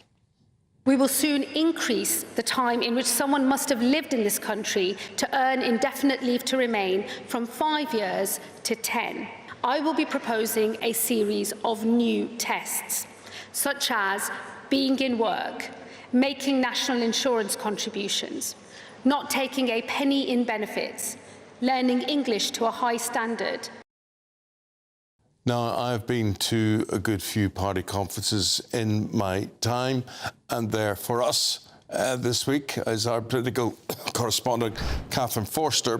Catherine, I'm interested in talking to you because after we finished with you at about 7:20 this morning, we were talking about party conferences. Are they a waste of time or not? What's your feeling at conference time when you're there and you're feeling the vibes, you're feeling the excitement? Do you think that relays, that comes home, that comes through our radios and our television sets? Or what would you just like to say generally about conference? Are they of any use, do you feel? Well, certainly all the people here will feel that they absolutely are. And I think, you know, it is a moment where the big figures in government get to set out their stall, yes, to the people here, but more broadly to the public. Often these speeches go on for a pretty long time. They're taken by all the broadcasters. They're written up. But of course, we live in an age of social media. People have pretty short attention spans. So perhaps people pay a bit less attention, I suspect, than they did. But here this morning, of course, it's not open yet. I can report again, like Tom Harwood yesterday, there is no milk, but I'm sure that things will get better in the next hour or so. But yesterday in the hall here, we had the new Home Secretary, Shabana Mahmood, talking tough on immigration, both legal and illegal, saying to Labour members, look, you might not like some of the things that I'm going to have to do, but basically implying that she would look at curtailing human rights because the system as it stands is not working, and these much tougher criteria for people coming legally as well. This afternoon we will hear from the Prime Minister. He's having a pretty tough time, let's face it, isn't he? Poll ratings are on the floor. There's plenty of people here muttering about many mistakes, worried MPs, of course, that they're going to lose their next seats at the general election, worried about Nigel Farage. We hear about reform and the threat of Nigel Farage constantly. But what we're expecting from the Prime Minister is he will say there's a choice between decency, i.e. the government, and division, i.e. reform and Nigel Farage as they see it. He will say that the government is going to raise living standards and going to face down threats in a volatile world. Of course, growth, their defining mission, we hear, easier said than done. They'll say, look, we've got the highest growth in the G7. Yeah, maybe, but growth pretty anemic across the board, and growth forecasts down next year. And all the while, of course, the enemy without Nigel Farage, the threat within the party, Andy Burnham, the Mayor of Greater Manchester, so-called King of the North. A feeling amongst Labour figures that I've spoken to here, though, that he has overplayed his hand. He gave a couple of big interviews. He said that people had, approached him about standing. He said he was misrepresented. But even supporters of Andy Burnham, people that have known him a long time, feel that he's gone a bit too far. So I suspect there'll be relief at the moment that the threat of Andy Burnham seems to have gone just a little bit, but I think a signal of how much trouble the government and the Prime Minister are in just over a year after getting a huge landslide. Is there going to be a leadership challenge? That's the question, Catherine. I think at the moment it looks unlikely. If for no other reason, then Andy Burnham doesn't have a mechanism to get there because he doesn't have a seat in Parliament. People that might... can you hear me? Yeah, and I thought that was really interesting, actually, in his answer, you can hear me, well, sorry. I don't have a seat in Parliament, so that's the bottom line. But it suggests, doesn't it, that's the bottom line for now. Catherine, thank you very much there for us live in Liverpool. OK, looking at the other stories coming into the newsroom on this Tuesday morning. Breaking news, GDP has slowed to 0.3% in the months from April to June. That's 0.4% less growth than in the first 3 months of the year. A new online NHS hospital service will be launched within the next 2 years to help cut waiting times. The Health Secretary is set to outline the new plan at his speech in Liverpool later this morning. We'll be asking him more about that and more on the programme at 9:15. Harry Potter author J.K. Rowling has criticised the actress Emma Watson over her views on the trans debate. She labelled her ignorant and said she doesn't understand real life because she's been cushioned by wealth and fame. It comes after Miss Watson commented on their fallout last week. I just don't know what else to do other than hold these two seemingly incompatible things together at the same time and just hope maybe they will one day resolve or co-join themselves, and maybe accept that they never will, but that they can both still be true. And I can love her, I can know she loved me, I can be grateful to her, I can know the things that she said are true, and there can be this whole other thing. And my job feels like to just hold all of it.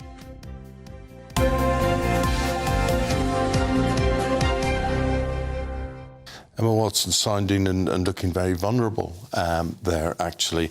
But it's a big story in the Sun today. There is the headline, J.K. Rowling and the Gobful of Ire. What's the movie? Goblet of Fire. Goblet of Fire. So the Gobful of Ire. So basically, Emma Watson, who comes across normally as very strong and disdainful and whatever, looking very vulnerable there, sort of hoping for a reconciliation with J.K. Rowling and held out the olive branch there.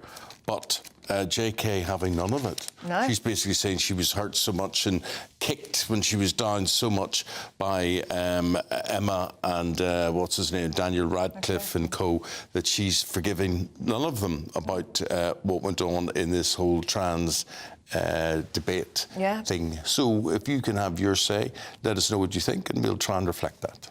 Now, at 90 minutes past 7, let's get a check on the weather with Alex Deacon.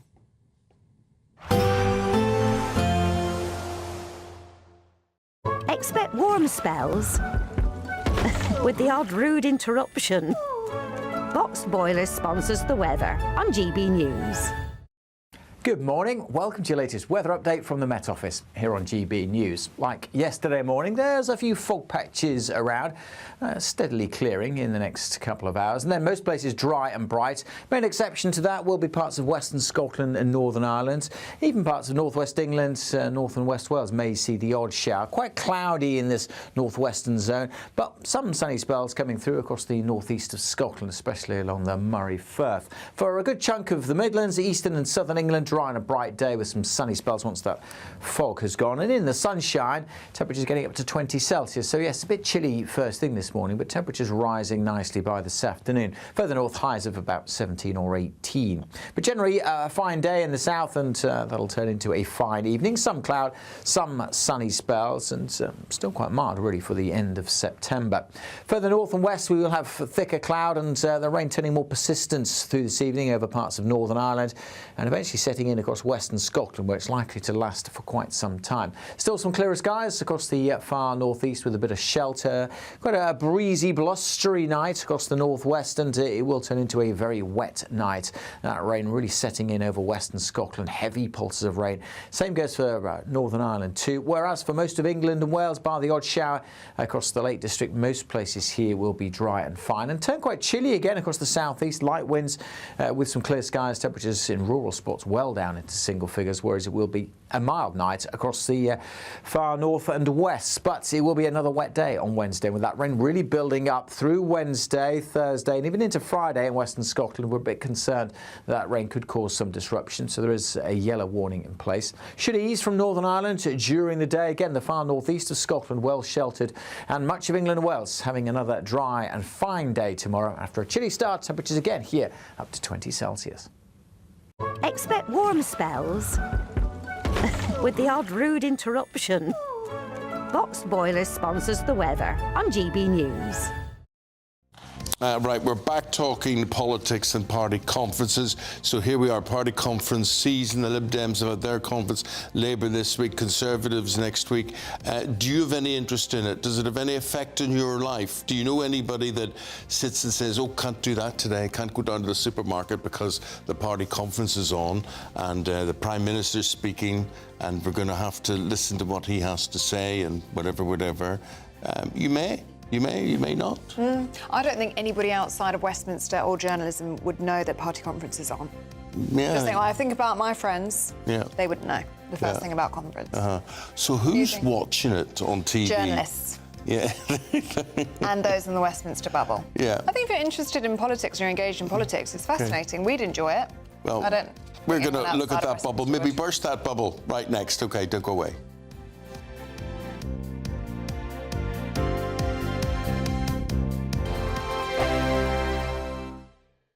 Hi, I'm Michelle Dewberry, and my show is your opportunity to cut through all the noise and dive in headfirst to some robust debates. Ideas clash. Situation, no, because the failure is you're deliberately avoiding my point. Nothing's held back. And if you think this is the end of it, wait for more. And we do not shy away from the difficult stuff. Sometimes I want to shake people and say, if only you understood. So join me on Jubes & Co. weeknights at 6 p.m, only on GB News, Britain's news channel. From the school run to the home run, watch a new show for all of Britain. He can say whatever he wants. A straight talking show where all voices are heard. And, when are we going to stop talking about smashing the gangs and actually do it? With the stories that matter from every part of our country. There's a bit of a crash landing there for your Chancellor. Bold, fearless and standing up for you. That's me, Martin Daubney, 3 p.m. till 6 p.m, weekdays, here only on GB News. The People's Channel, Britain's news channel. Decisions made in Washington aren't just shaping America, they're shaping Britain too. From migration to global security, from crime to health. Whatever happens in the White House today will be felt in your town or city tomorrow. That's why The Late Show is live from Washington, D.C. Cutting through the politics to show you what it all means for Britain. The Late Show live every night at midnight. Only on GB News, Britain's news channel. You want to know what's really going on in the corridors of power? Labour don't know what to do with you half the time, and that makes you quite lethal in the chamber. Get behind the headlines with Chopper's Political Podcast. Join me, Christopher Hope, as I sit down with the great and the good of British politics. We'll see where this ruling takes us. These are the stories shaping our nation. Chopper's Political Podcast, available now on all platforms. Listen in and stay ahead. Britain was once the envy of the world, but look around. A nation that no longer knows what it is or where it's going. A country that's broken. How do we fix Britain? How do we bring it back? Friday night with Matt Goodwin at 8 p.m, only on GB News. At GB News, we love to hear from you, our loyal community. So drop us a line at gbnews.com/yoursay.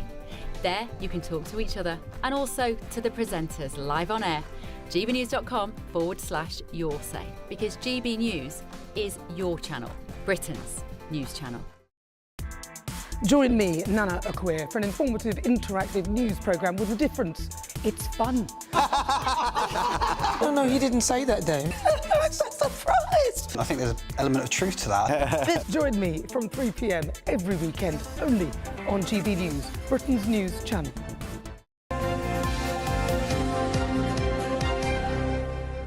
Right, so we're going to talk about party conferences. Do they matter to you?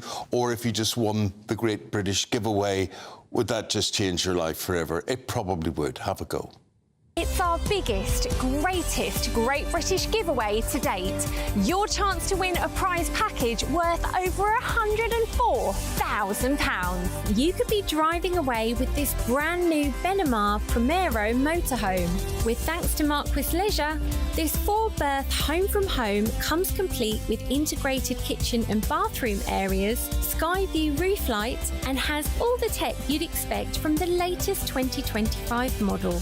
We'll also give you an incredible £30,000 in tax-free cash to make sure any adventures in your motorhome are taken in style.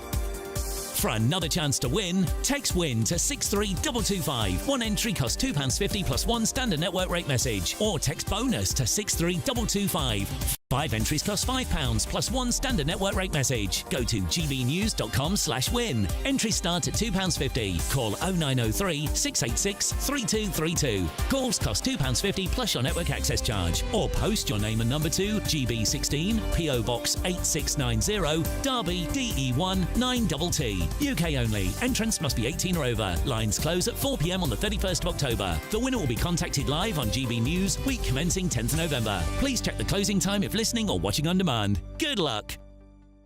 Let's talk about this party conference situation. We've got Mark Bridgen in the studio here. Mark is a pub landlord, and down the line from Liverpool at Labour Conference, we have Councillor Dominic Moffat. Dominic, good to see you as well. We're going to start, though, with Mark. And Mark, the relevancy of party conferences, right?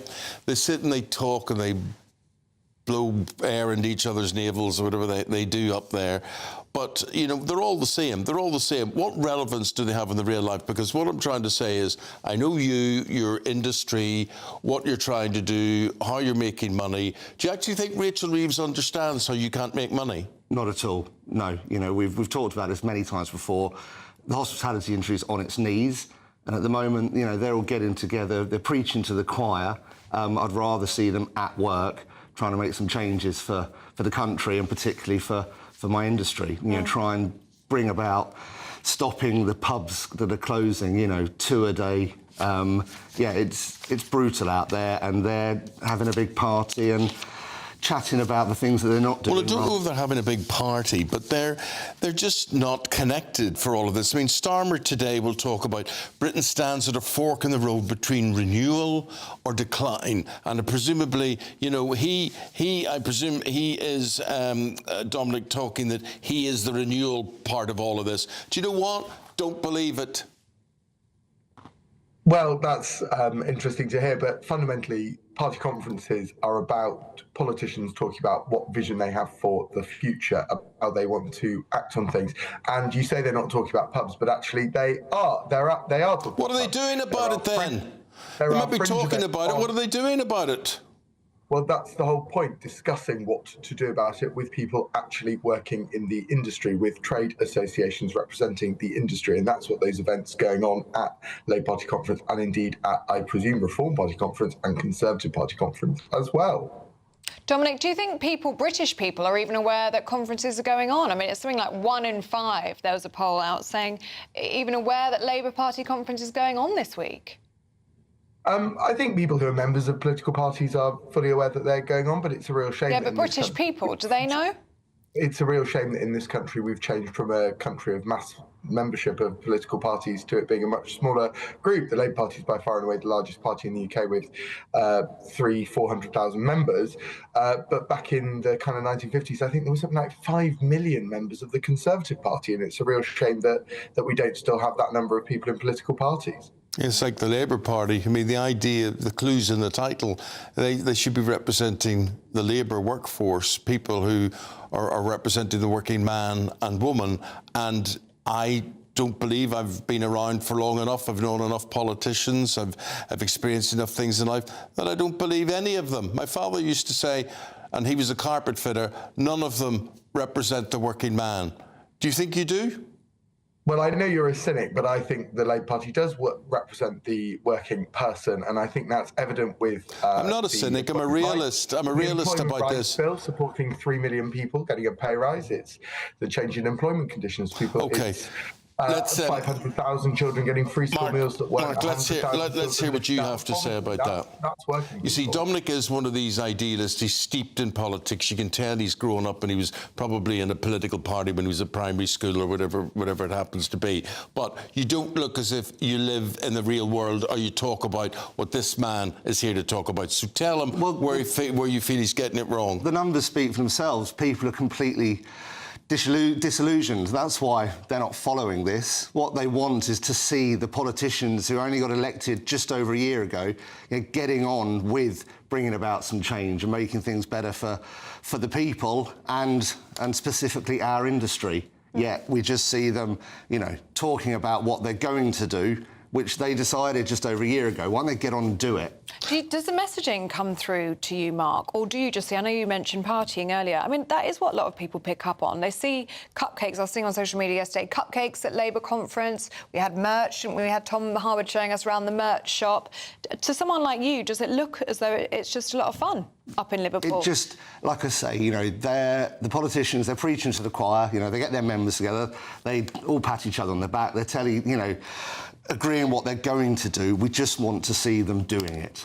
Well, what I see them doing is I see news reports saying 200 pubs have closed so far this year around the country, tut-tut, and then I see the Chancellor not doing anything about it, right? So Dominic will say, oh, they're discussing it and they're trying to work out all these things, they're talking about the future. Well, the future may not come to pass. No, we know what the problems are, you know. What are the problems? Well, obviously the employers... Tell Rachel Reeves straight. Rachel Reeves, if you're watching this from your bedroom this morning, what are the problems? What has she got to do that she's not doing? Well, the employers' NIC is absolutely crippling hospitality. You know, for our relatively small business, it's about an extra £3,000 a month in tax, which basically means our well-paid workers are getting less hours. You know, there's less people coming through the door. And, you know, the thing that would really make the difference, and it's a tool that's been used before, is to change the VAT position. Most other European countries, hospitality pays less VAT on accommodation and food. If we went to that change that we had before, you know, 10% would be a great number. It would enable us to break even. OK, Dominic? I think the fact that the penny's been taken off the price of a pint is working to support pubs. I know there's extra work going into supporting the change of business rates, and ultimately, there's discussions about these things going on this week, and that's why Labour Party conference takes place, for the challenge of ideas. And it's a shame that Mark's not here to challenge those ideas in person, be part of that discussion. Dominic, we're going to leave it there. Thanks very much for your time, and have yourself a good conference for what's left of it. Thank you very much indeed. Mark, thank you for coming in today and giving us an insight into your problems of how you can keep a pub going. How long do you think you can keep your pub going? We have to keep fighting. My family owns it.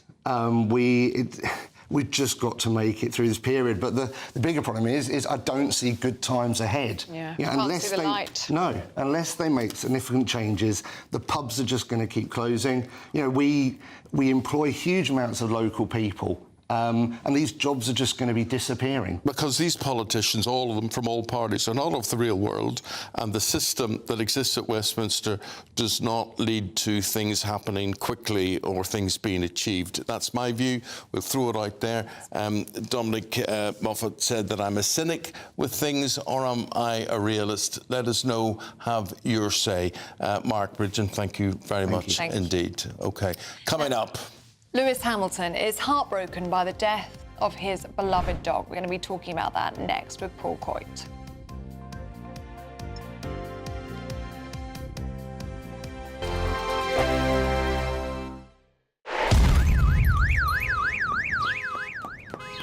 Crash Law 24 sponsors GB News Traffic and Travel Report.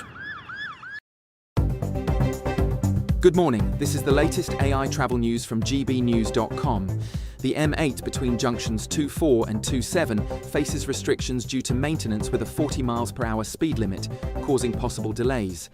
The M61 southbound at junction 5 has 10-minute congestion delays. In Kent, the A20 westbound between the M25 and A223 is congested. In Newcastle upon Tyne, the A1 southbound exit slip to the A696 faces delays. Motorists should plan for potential disruptions. And on the trains, Great Western Railway has disruptions to and from Portsmouth Harbour, and Northern buses replace trains between Corkicle and Whitehaven. For more travel news, go to gbnews.com. Crash Law 24 sponsors GB News Traffic and Travel Report. Westminster, the ultimate clique. And you're fighting like rats in a sack. But here on the Camilla Tominey Show, we ask the questions the establishment media is too scared to ask. OK, let me ask you a straight question, because I know you're a straight-talking politician. Whether it's net zero, illegal immigration or law and order, nothing is off limits. You had the power then. Yeah, as I and say, now you've lost it. That's the Camilla Tominey Show, a politics show that's fearless. No, let me finish my question if you don't mind, because it is my show. Sundays at 9:30, only on GB News, the People's Channel, Britain's news channel. From the school run to the home run, watch a new show for all of Britain. So he can say whatever he wants. A straight talking show where all voices are heard.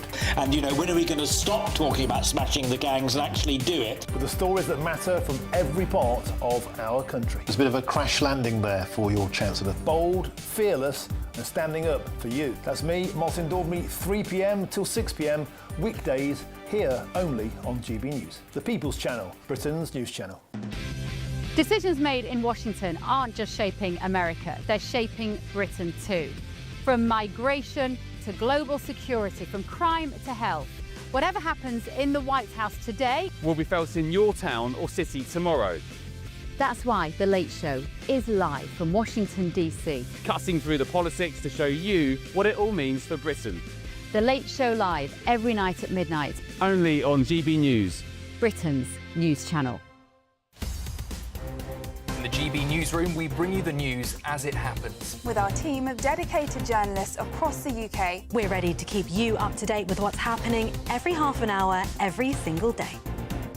Bulletins here on GB News, the People's Channel, Britain's news channel.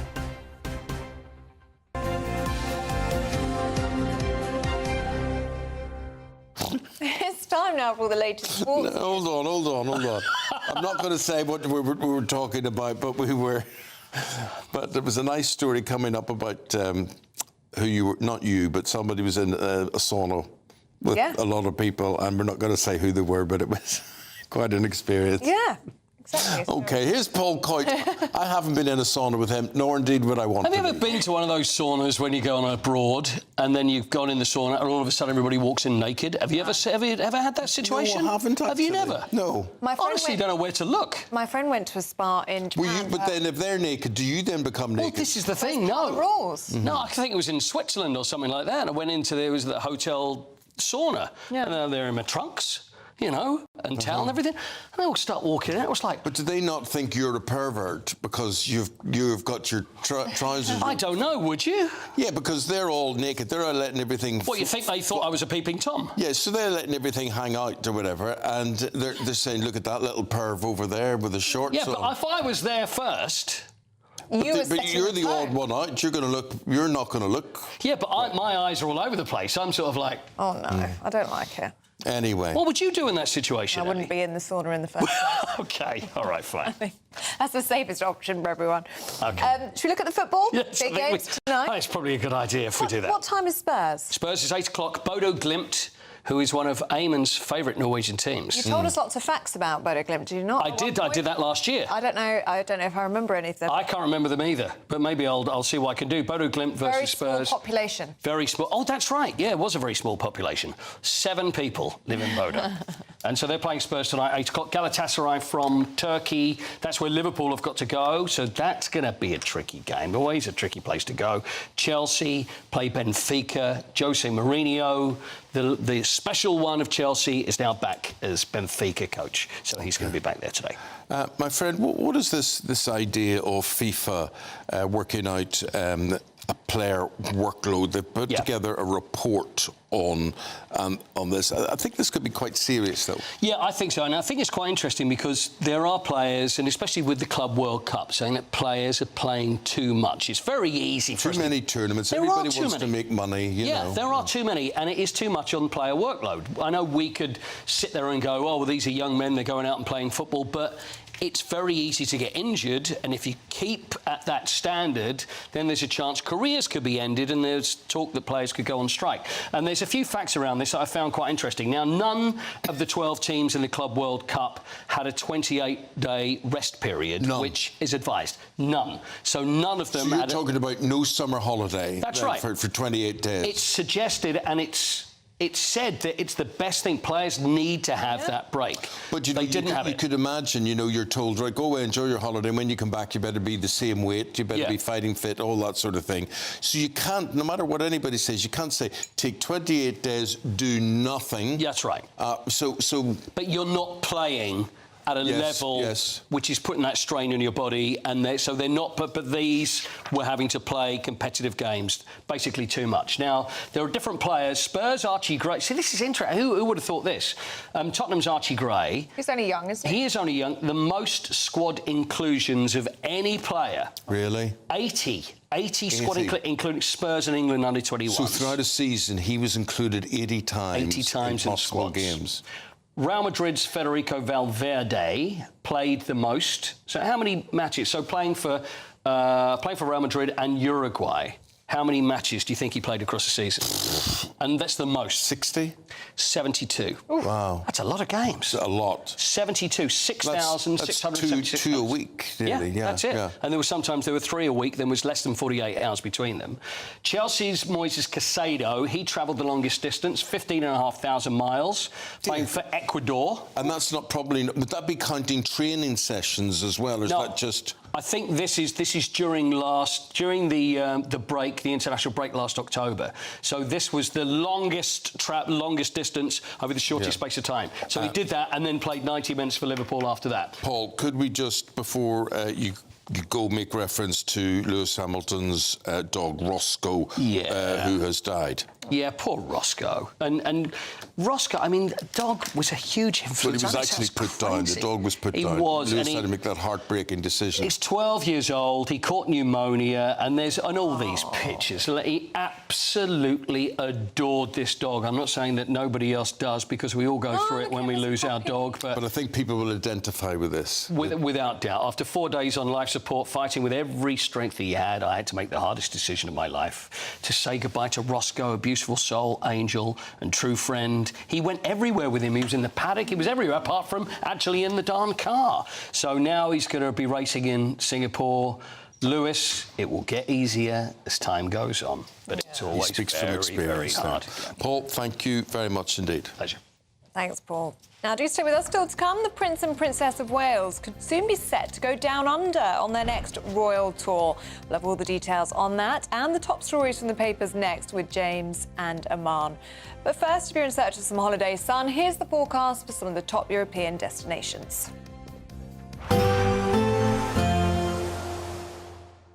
Can't wait to get in that sea. Lovely and warm. Just like the feeling of having great travel insurance. All Clear Travel Insurance sponsors GB News Travel Destinations Forecast. Torrential rain at the moment across parts of Spain. That will be easing from the Valencia area. Meanwhile, some heavy rain across parts of southern Italy during Wednesday, particularly over Sicily, and some scattered showers too likely across the Balkans. 1 or 2 showers over Greece. Most of the Greek islands, though, dry, fine and sunny, and plenty of sunshine in Turkey as well. The odd shower cropping up in Santorini as we head through Friday. Some sunshine returning to Rome. Goodbye. All Clear Travel Insurance sponsors GB News Travel Destinations Forecast. Britain was once the envy of the world, but look around. A nation that no longer knows what it is or where it's going. A country that's broken. How do we fix Britain? How do we bring it back? Friday night with Matt Goodwin at 8 p.m.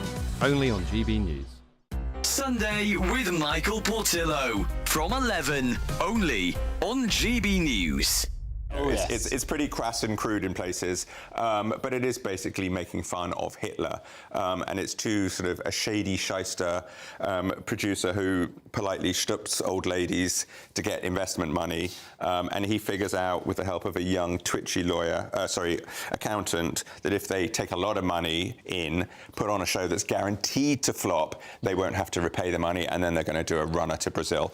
And of course, they think that Springtime for Hitler is the ideal show, and the guy that plays Franz, who's the writer of it, has like a sort of tin pot hat and these pigeons that harmonise with swastikas on their back.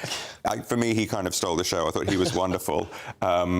But they basically put on this show, and of course it becomes a hit. And people think that it's a satire when they were trying to outrage and horrify people and get the show to close. Because they learned that they could make more money with a flop than they could with a hit. Yes, because they don't have to repay anybody. So that was the idea behind all of that. It's wonderfully done. This was at the Menier Chocolate Factory before. I didn't love it quite as much there. I just thought it was a little bit cramped. And this is a show that it's broad. It needs big moments, big swings. I liked it. It's on at the Garrick. It's all the way through till January. I just grinned all the way through. It's brilliantly done. Everyone on stage. Andy Nyman in the lead as Max Bialystock is absolutely sensational, filling very big Nathan Lane and Zero Mostel boots. But I think the whole cast is great. I just think everyone is up there absolutely going for it. And you saw it, no? My mouth was on the floor at some moments. I mean, it is bawdy, it is outrageous. And the show stands up. It's still relevant. It's still, about possibly what's going on in the world everywhere as well, and fascism and dictatorships, but also about the proper use of satire. GB News, the People's Channel. At GB News, we love to hear from you, our loyal community. So drop us a line at gbnews.com/yoursay. There you can talk to each other and also to the presenters live on air. gbnews.com/yoursay, because GB News is your channel, Britain's news channel. Join me, Nana Akwe, for an informative, interactive news programme with a difference. It's fun. No, he didn't say that, Dave. I'm so surprised. I think there's an element of truth to that. Join me from 3 p.m. every weekend, only on GB News, Britain's news channel. Hold on, who's on? James Schneider, former Labour Party advisor, and Eamonn Bogle, founding chairman of the Global Britain Centre. We welcome you to give their views on some of the stories in the papers. And a positive one, Eamonn, for you, first of all, in The Sun, and that's an invite, a royal invite's gone out. Tell us more. Yes, it's a real vote of confidence, certainly from an Australian Prime Minister who for so long has campaigned for a republic to abolish the monarchy in Australia. And I think it's a real vote of confidence that he has come to meet the King and invite Kate and William over to Australia. And I think it really sort of captures the Australian population's mood on being a constitutional monarchy and having King Charles as their head of state, and of course Kate and William as next in line, because of course the Australians had their last referendum on the Republic back in 1999, 25 years ago, and the Australian public voted to remain a constitutional monarchy by 55%. Now the good thing is that percentage has only gone up by another 4 points. So we must be doing something right. I mean, well, Cameron Walker was down there when the King and Queen were on their visit. Huge crowds for them. I mean, they seem to be really popular amongst Australian people. Indeed, and I think it's a real show of how I think the royal family, the monarchy, is a real force for stability and continuity. Yeah. And not too many countries can have that. And the central role as well of Kate and William. I mean, Catherine herself was wonderful, wasn't she, at the Trump state visit? I mean, exactly. He adored her. Exactly. That was clear. Exactly, yes. So they'll have an even more important role as time goes on. Will they be going for the cricket? It's the Ashes? Potentially. The Barmy Army will be chanting "God save your gracious King" at the home fans. Very good. Jamie, let's go to the what's it called, the conference in Liverpool, and there's a pension story there. So the Communications Secretary is Steve Reid, and Steve Reid has told 16,000 elected officials, you deserve this, as he reinstates taxpayer-funded retirement income. Now, that's a difficult thing to do, isn't it? A difficult thing to justify or not, do you think? The headline definitely makes it seem like it's really not the sort of thing that people are going to want. I don't think it's going to end up being an enormous amount of money. Basically, councillors until 2003 were classified as voluntary workers and therefore didn't get pension contributions. Right. Then in 2003 they got classified as workers, and they get, you know, a stipend 6, 8, 10, 12 grand a year, something like that, as a part-time income. In 2014 that was cut by the coalition government so that they became just voluntary workers again, no pension contributions. Steve Reid says he's going to bring this back. So what it will mean is if you're a councillor for 40 years, you'll get 6 grand a year when you retire as your pension. Final salary linked. So the bottom line is, you know, this is more of the socialists giving away more of other people's money. This is going to cost about £9 billion. But I believe in a fair day's pay for a fair day's work. I mean, I think why shouldn't you pay them? Well, because, you know, being a councillor is supposed to be a matter of giving, civic service. It's about giving up your evenings. It's about giving up your weekends to go and do the right thing. To be paid for it. Well, they ought to be having proper jobs in the real world. This is a civic duty that they're supposed to be doing. But don't forget, we already have about 60 councils who give away more than 1/5 of their council tax intake on pensions. About 24 which give away 1/3 of all their council tax intake on pensions. Mm-hmm. And we've had 7.5% average council tax hike under Labour. So this is Labour trying to drive up the cost of democracy. Okay. Eamonn, let's have a look at the budget, shall we? The nervousness looking ahead to November about tax rises. Well, indeed, we've already seen under Labour the 22 billion black hole that Rachel Reeves and the Labour Party was talking about at the last election. Well, that's now become a £50 billion black hole. And let's not also forget, national insurance contributions are up in terms of being a jobs tax, inheritance tax is up, council tax is up, and things can only get worse. The whole idea that these people think in the Labour Party that you can keep on borrowing more and busting Britain more is for the fairies. The whole idea that, Rachel Reeves says there are hard choices to make. Well, these are hard choices that have been created by this Labour government. There was another way of doing this by going for growth. And we didn't hear anything about that at the Labour Party conference. Well, we had a bar owner on about 10 minutes ago on the show talking about how awful it is in his industry. But we've got a story here, Daily Star, James, which is saying that Britain is experiencing a surge in a certain type of pub. Tell us more.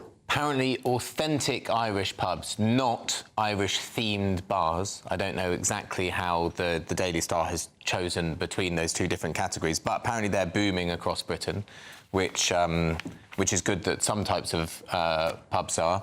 You just had on the councillor and the pub landlord was explaining how difficult things are in the industry, and the councillor said, well, we've taken a penny off the cost of a pint. Yeah. So, you know, buy one... Sorry, not buy one, get 700 free. Buy 700, get one free. But it's good that for Irish pubs that they're expanding. People like them. They're good places. They're lots of fun.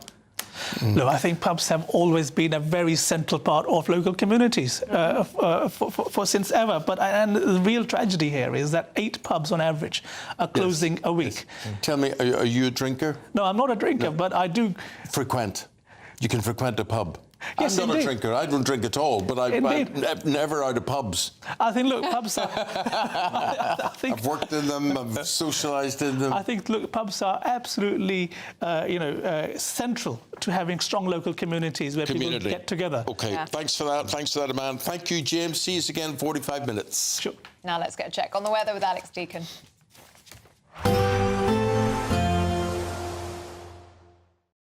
Today, clouds overhead, total zen within.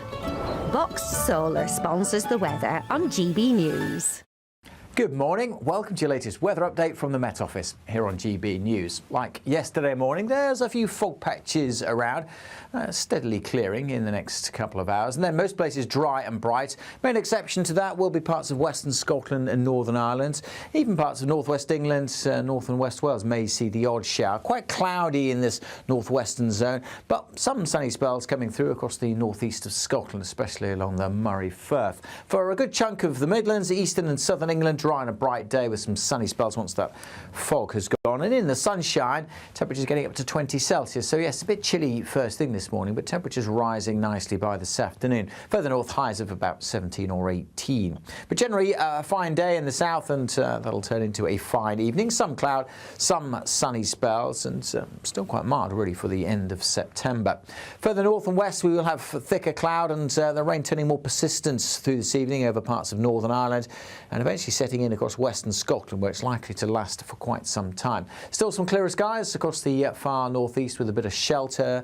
Quite a breezy, blustery night across the northwest, and it will turn into a very wet night.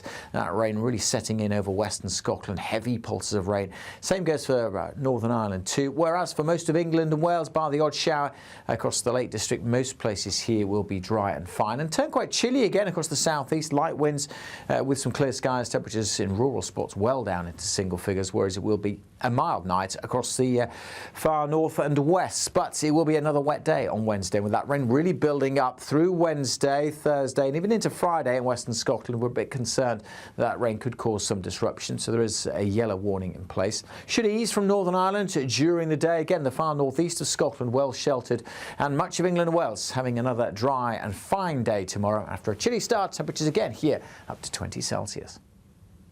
Today, clouds overhead, total zen within. Boxed Solar sponsors the weather on GB News.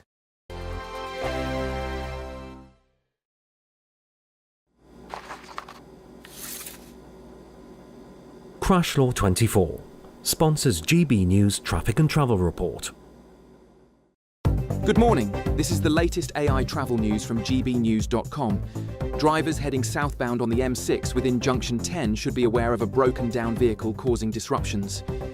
In Bolton, the M6 1 southbound between Junction 6 and Junction 5 is experiencing congestion, causing delays of up to 40 minutes. 3 lanes are restricted eastbound due to various incidents, which might cause further slowdowns. Walsall's M6 southbound at Junction 10 also reports issues with 2 out of 4 lanes closed due to a breakdown. And on the trains, there are disruptions on the Elizabeth line between Romford and Guinea Park, as well as delays affecting Great Western Railway services to and from Portsmouth Harbour. For more travel news, go to gbnews.com. Crash Law 24 sponsors GB News Traffic and Travel Report.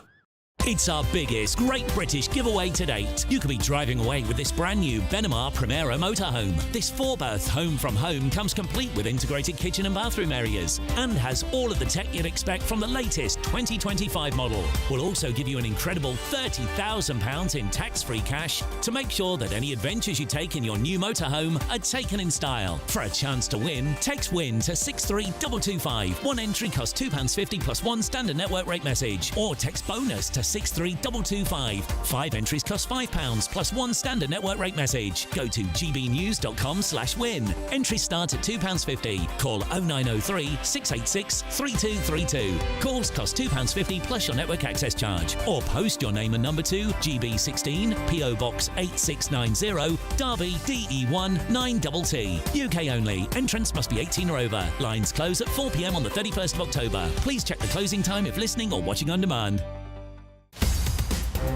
In the GB newsroom, we bring you the news as it happens. With our team of dedicated journalists across the UK, we're ready to keep you up to date with what's happening every half an hour, every single day. Bulletins here on GB News, the People's Channel, Britain's news channel. Britain was once the envy of the world. But look around. A nation that no longer knows what it is or where it's going. A country that's broken. How do we fix Britain? How do we bring it back? Friday night with Matt Goodwin at 8 p.m. only on GB News. At GB News, we love to hear from you, our loyal community. So drop us a line at gbnews.com/yoursay. There you can talk to each other and also to the presenters live on air. gbnews.com/yoursay, because GB News is your channel, Britain's news channel.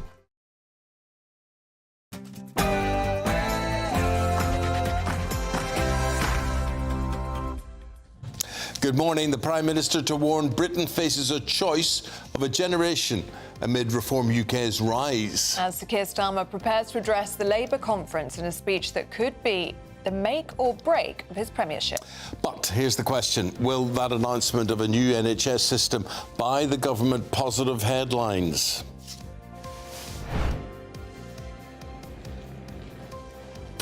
Yes, the Prime Minister to talk about a choice between decency and division. He's going to pledge to make people feel better off, something that will be absolutely critical if Labour have any chance at all of winning a second term. I'll bring you more details shortly.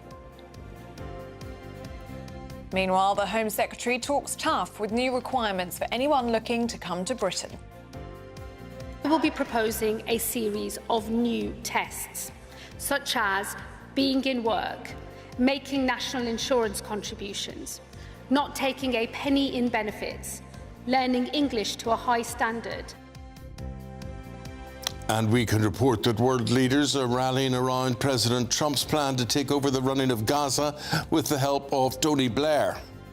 To ensure the success of this effort, my plan calls for the creation of a new international oversight body, the Board of Peace, we call it, be headed by a gentleman known as President Donald J. Trump of the United States. Derby City Council is in hot water over its decision to remove all Union and St George's flags.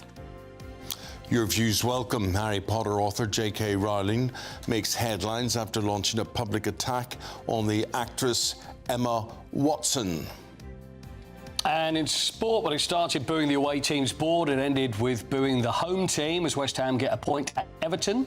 The special ones back at Chelsea with Benfica in the Champions League tonight. And after becoming world champions on Saturday, Red Roses captain Zoe Oldcroft will join us live. A bit chilly out there, and there are a few fog patches, but once they've cleared away, much of England and Wales will be dry and bright. Thicker cloud across parts of Scotland and a little bit of rain today, but the rain is going to get quite heavy over the next few days, especially in western Scotland. Join me later for all the details. It is a Tuesday morning. A very warm welcome to you, whoever you're watching or listening. I'm Eamonn Holmes. I'm Ellie Costello, and this is GB News Breakfast.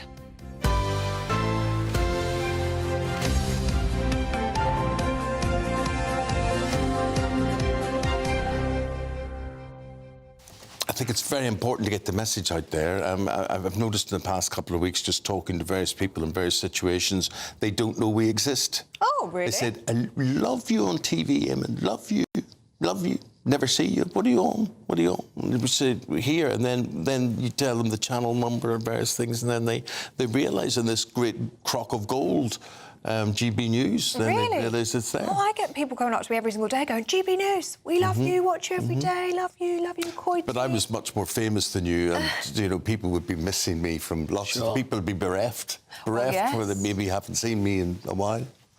And you're as good as you used to be as well, aren't you? All right. I'm just trying to I think you are. I'm trying to work out where we could go for a sauna holiday. Oh, yeah. It's still on my mind. Honestly, I wish I hadn't brought that What's up. that sauna where you were? It was in Switzerland. Switzerland. So what is it? You had a friend that also went into a sauna? This is where people, you walk in. See, as Brits, we would go in and, you know, probably and wear something. But all in Europe, they're just completely naked. And Japan, it seems. My friend went on honeymoon to Japan. Yeah. And she went for a little spa break in the mountains, thinking it was going to be very beautiful. Everyone was naked. And they banned phones. Rightly so. I can't imagine Japanese. There's nowhere to put this. She said she didn't know where to look. She said she'll never forget it. And I was just... See, I just laugh. See, that's the thing. I just giggle. And then that makes it even worse. Because I'm standing there because I'm embarrassed. Well, standing there, sitting there, whatever I'm doing. And just laugh. Have you been in that situation, Eamonn? No. You've been in a sauna, though, right? Yeah, I've been in a sauna, but always, you know, with shorts on. Right, OK. And everybody else was shorted? There was nobody... You might not have even noticed. I think he'd know if I think they weren't he'd notice. shorted. Yeah. Yeah. And if they weren't, I would just... What would you do? I'd be looking elsewhere. Listen, You'd be would you reading then newspaper. pretending? Yes, that's an interesting knot in that wood up there. Go, walk away. Just doing this. Yes. But would you then join in, though, if everybody else was? Never mind. OK. I wouldn't. No, but I wouldn't. No. I'd be too shy. I would be too shy. Too shy. Very too British, Hush, isn't it? why? Okay. Let us know what you think on that one. GBnews.com/you'll say. Now, What do you mean? Let's think of that one. Like, you mean, have you ever got it all out in a sauna? Yeah, would you go to a sauna and get it all out? I don't know. I don't think British people would. I don't think it's very British. No. To be doing that. Is it Anyway, very let British? us Is know. it very whatever? Are we wrong? Are you right? Have your say. 5 minutes past 8. Yes, the Prime Minister is going to speak at the Labour conference in Liverpool today. Now, he's expected to tell us that they have a choice between division and decency in the face of Reform's UK rise in the polls. I have to say, when you hear these words and these phrases that their speech people have thought out, division or decency, sometimes you just want to laugh out loud. What does that even mean, OK?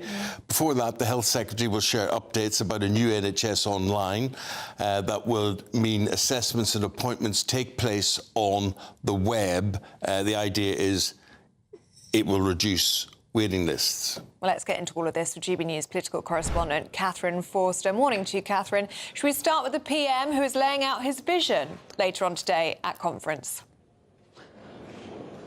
Yes, indeed. Welcome back to Liverpool. Yesterday, we heard from the Chancellor, Rachel Reeves. We heard from the new Home Secretary, Shabana Mahmood, in this hall here. She was talking pretty tough on immigration, legal and migration.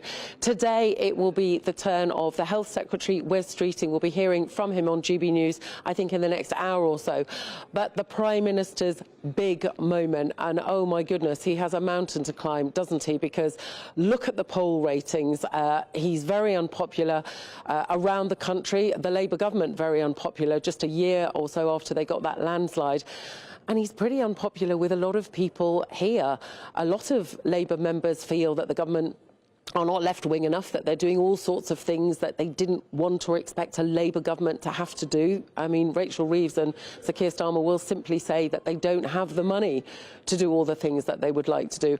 And many Labour MPs deeply unhappy as well, because they look at the polls, they think they're going to be out of a job in 4 years. So the Prime Minister really needs to impress with this speech. We expect him to talk about, yes, you said that choice between decency, which they say is a Labour government, and division, which they will say is Nigel Farage, and reform. We hear about Nigel Farage and reform wherever I go, whether it's the Lib Dem conference in Bournemouth or here, speech after speech after speech, attacking reform. Clearly, they have forgotten all about the Conservatives, so they don't seem to factor in at all. A lot about reform, I imagine, but the Prime Minister will pledge to make people feel better off. And that's the bottom line, isn't it? If they can't improve people's lot, make people feel that things are working and it's worth sticking with Labour, then people will turn elsewhere. So he will talk about a volatile world. We'll hear that the fastest growing economy in the G7, but look, the growth figures are pretty anemic and getting worse next year. So nothing to shout about at the moment, but also, of course, the threat from within. The Mayor of Greater Manchester, Andy Burnham. People here, I think, talking to Labour figures who've known Andy Burnham a long time and are supporters of him, seem to feel that he sort of has oversold himself, that he's gone a bit too far. Andy Burnham says that he's been misrepresented by a headline in the Telegraph that said that, you know, people are approaching him to say that he should stand. The problem, of course, for him is that he doesn't have a seat in Parliament, and there's no easy way for him to get one. And even if he could get one, it would be a very complicated road to number 10. But look, the fact that we're even talking about this, I think just a measure of the very deep trouble that the Prime Minister is currently in within Labour itself and more broadly within the country. OK, Catherine, thank you very much. Now, at 8:09, let's take a look at some other stories coming into the newsroom this morning. And breaking news, GDP growth slowed to 0.3% in the months from April to June. That's 0.4% less growth than in the first 3 months of the year. The Australian actress Nicole Kidman has reportedly split from her husband of 19 years, Keith Urban. The couple share 2 children, Sunday Rose, who's 17, and Faith Margaret, who's 14. The reason for the split remains unclear. Harry Potter author J.K. Rowling has criticised Emma Watson over her views on the trans debate. Rowling labelled the actress as ignorant and says she doesn't understand real life because she's been cushioned by wealth and fame. It comes after Emma Watson commented on their fallout last week. I just don't know what else to do other than hold these two seemingly incompatible things together at the same time and just hope maybe they will one day resolve or co-join themselves, and maybe accept that they never will, but that they can both still be true. And I can love her, I can know she loved me, I can be grateful to her, I can know the things that she said are true, and that can be this whole other thing. And my job feels like to just hold all of it.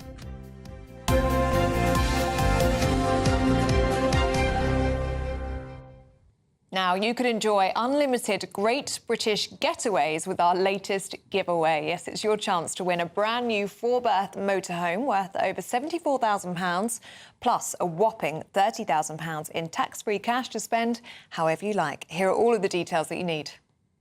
It's our biggest, greatest Great British giveaway to date. Your chance to win a prize package worth over £104,000. You could be driving away with this brand new Benamar Primero motorhome. With thanks to Marquis Leisure, this 4-berth home from home comes complete with integrated kitchen and bathroom areas, sky view roof lights, and has all the tech you'd expect from the latest 2025 model. We'll also give you an incredible £30,000 in tax-free cash to make sure any adventures in your motorhome are taken in style.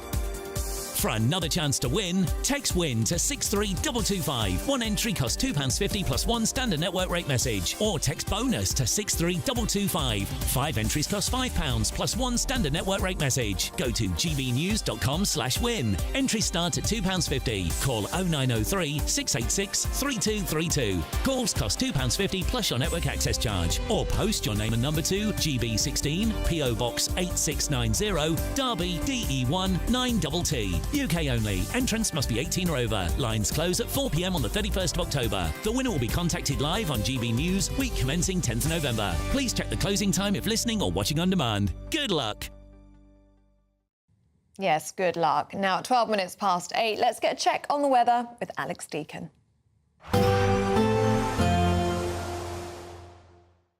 Expect warm spells with the odd rude interruption. Boxed Boiler sponsors the weather on GB News.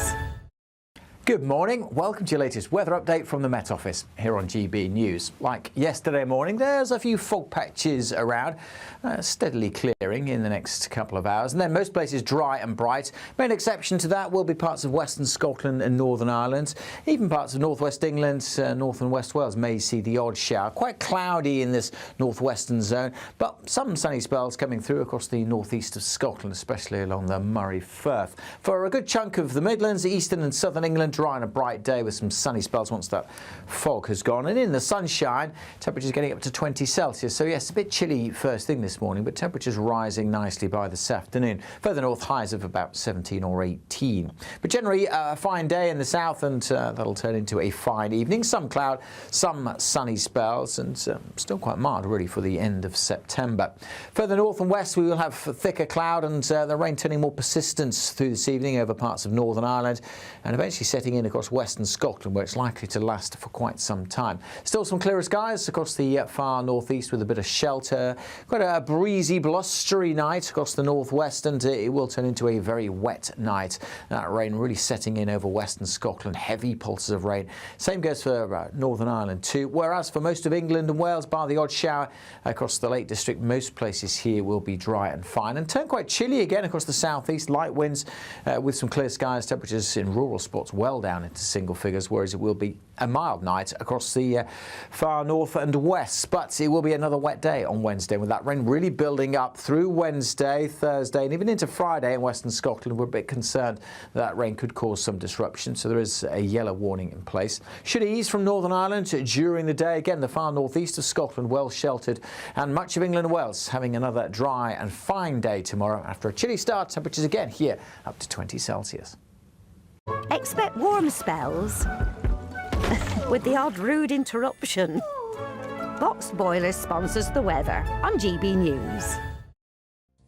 Now, do stay with us. Still to come, the Health Secretary is here at 9:15, so don't forget to send in your questions, gbnews.com/you'll say. Let us know what you'd like us to put to Wes Streeting. But first, the Chancellor has warned that harder choices could be en route in the upcoming budget. What could that mean for the pennies in your pocket? We're going to be talking about that next.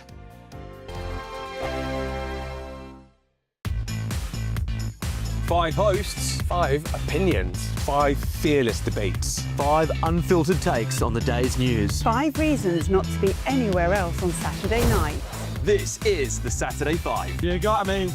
You got me good there. Britain's biggest Saturday night TV show. It's not a bad brand. Yeah. Uncensored. Very, very racy tonight on the... unpredictable. What did she say? Can you translate it for us? And always entertaining. And how can a country go from being led by William Wallace to... Saturday nights from 6 p.m. only on GB News. The People's Channel. Britain's news channel. You're going to want to stay tuned, trust me. This is GB News, Britain's news channel.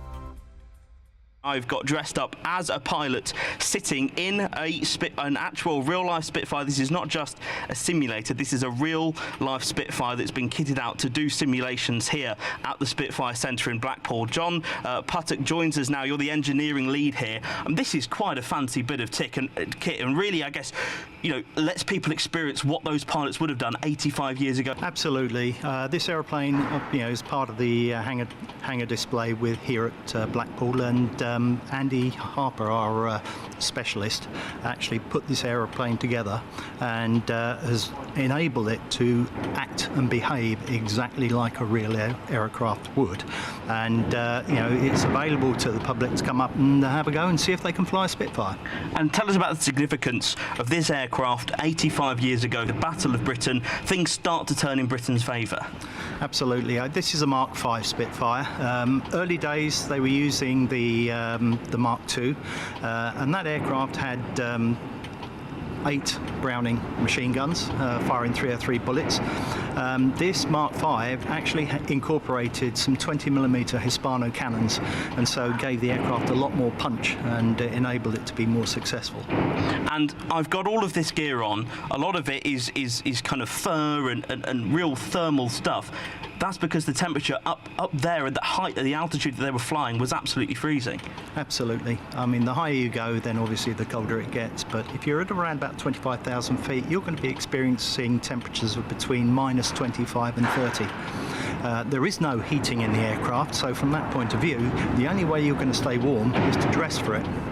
So, as the Queen once said, there's no such thing as the wrong weather, it's just the wrong clothing. The People's Channel. Join me, Nana Akwe, for an informative, interactive news programme with a difference. It's fun. No, he didn't say that, Dave. I'm so surprised. I think there's an element of truth to that. Join me from 3 p.m. every weekend, only on GB News, Britain's news channel.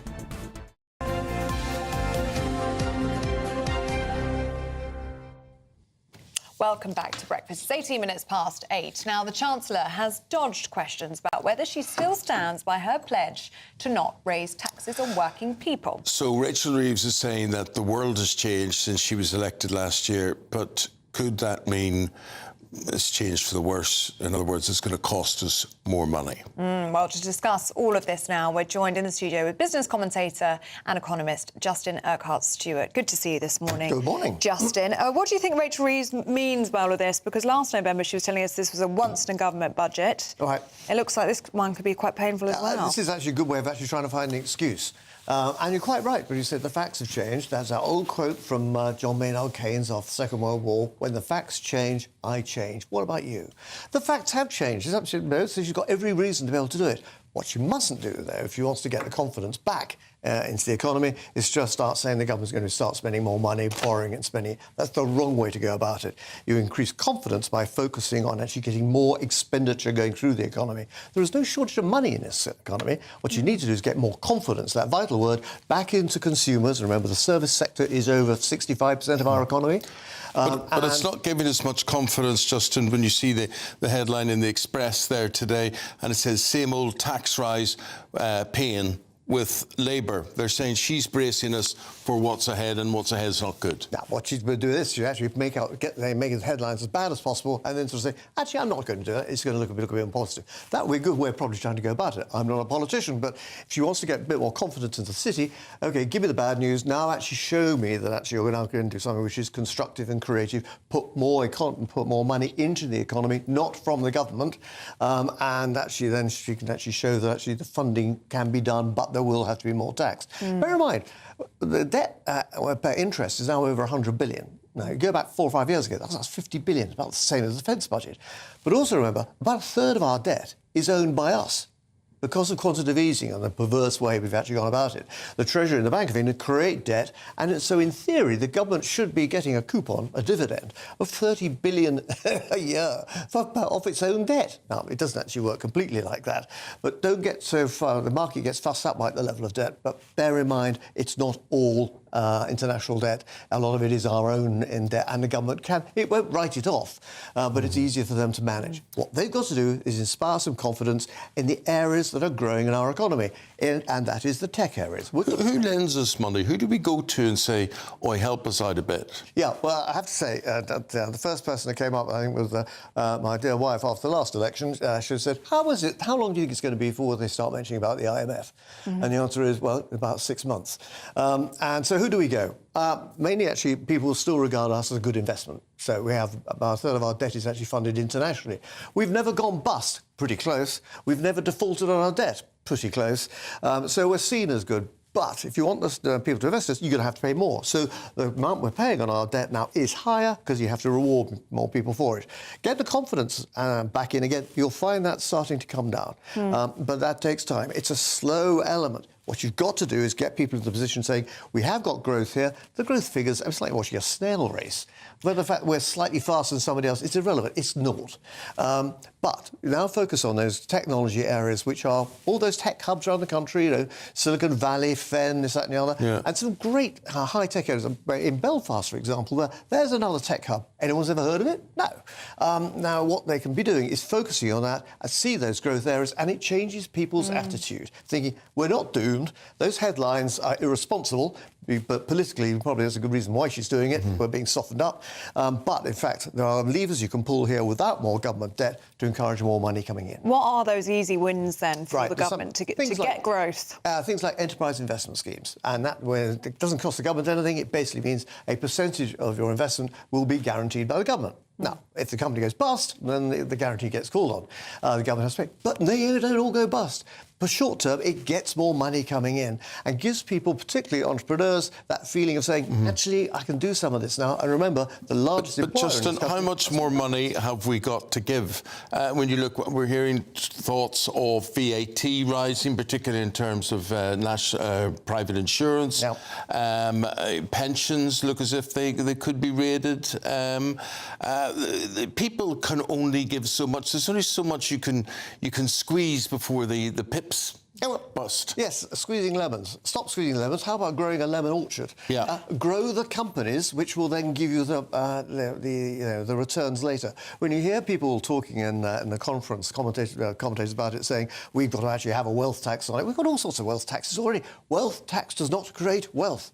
Create the tax, and then create the wealth. Then you can actually tax it. Why are governments, all of them, doesn't matter who they are, so inept at actually creating money? Why can't they say, for instance, however unpopular the idea is, fracking? But there's where we could generate money through fracking, or I don't know, think of something else. But why can they not seem to create? I suppose the trite answer is because they've never been involved in business. They've never actually had the pain and fear of running your own business. It's a very frightening thing. After all, when you set a business up, the house is on the line, your family's going to be worried about it. Yeah. So it takes that confidence. Merely spending more money and just going into the government and into the economy doesn't help in its own right. Allow people to be, say, investing in regionally. You can have it into like some of the infrastructure projects that need to be done. Don't wait for the government to approve it. It won't happen. Get local money invested in local businesses. Many, many years ago, we had regional stock exchanges. Ulster, actually, we had 3. But they weren't much good. But it's a means of accessing local money for local business. You don't have to go back to those markets with silly gits and red braces. What you've got the technology now to actually have more money coming in, as you see, like private equity and things like that go into investable businesses. That does not cost the government a penny. Okay. Justin, good to see you as always. Thank you very much. I just have this thing, Justin. Why has it to be, as the headline in the Express says, the same old pain? The same old pain. Does it have to be that way? No, reform what's going on. Our taxation system is ludicrous. You have Tolley's Tax Guide, which is the thing, the book the accountants take to bed for them for some excitement. And that's doubled in size. We've just made it so complicated. If you were starting from scratch, you wouldn't have income tax and national insurance, which are sort of virtually the same. They're separated out. Simplify the whole process. Bear in mind, your tax, they're really a simple number of taxes. It's income tax, national insurance and VAT. And corporation tax are way below that. After that, it's trivial. Those are the sin taxes and things like that. Just keep it really simple and show people the progress that's being made. At the moment, it's close to zero, but show people where the successes are and what we can do to help those grow without borrowing more money. Why aren't you in government? That's the question. Justin Urquhart-Stewart, thank you very much indeed. Always a pleasure. Thank you. Ben's been in touch saying Starmer says he wants us to feel better off. Has he asked Rachel Reeves what she's got planned for the budget next month? And on Starmer's speech today at Labour's conference, Peter says, any bets on how many times the Prime Minister is going to mention reform and Nigel Farage? It seems as though they're living rent-free in his head. Keep those views coming in. gbnews.com/you'll say. 26 minutes past 8. A very good morning to you. Thank you for watching and or listening. And if you're going out and about today, you want to know what the travel is up to, here it is.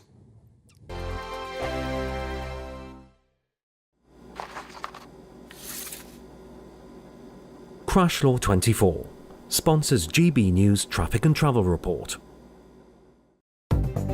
Good morning. This is the latest AI travel news from gbnews.com.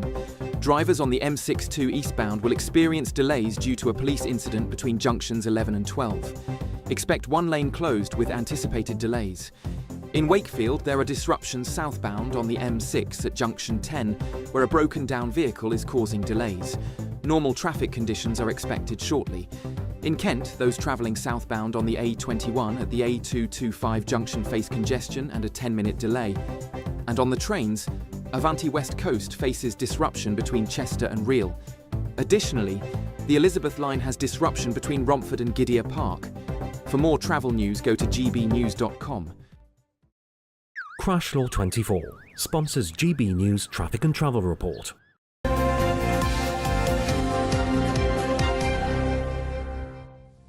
Now, do stay with us. Still to come, you won't want to miss this. We're going to be joined by the captain of the Red Roses, Zoe Oldcroft. That's next.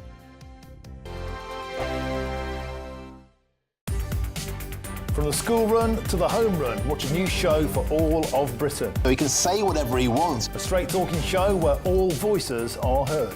And, you know, when are we going to stop talking about smashing the gangs and actually do it? With the stories that matter from every part of our country. There's a bit of a crash landing there for your Chancellor. Bold, fearless and standing up for you. That's me, Martin Daubney, 3 p.m. till 6 p.m, weekdays, here only on GB News. The People's Channel, Britain's news channel. Decisions made in Washington aren't just shaping America, they're shaping Britain too. From migration to global security, from crime to health. Whatever happens in the White House today will be felt in your town or city tomorrow. That's why The Late Show is live from Washington, D.C. Cutting through the politics to show you what it all means for Britain. The Late Show live every night at midnight. Only on GB News, Britain's news channel. You want to know what's really going on in the corridors of power? Labour don't know what to do with you half the time, and that makes you quite lethal in the chamber. Get behind the headlines with Chopper's Political Podcast. Join me, Christopher Hope, as I sit down with the great and the good of British politics. We'll see where this ruling takes us. These are the stories shaping our nation. Chopper's Political Podcast, available now on all platforms. Listen in and stay ahead.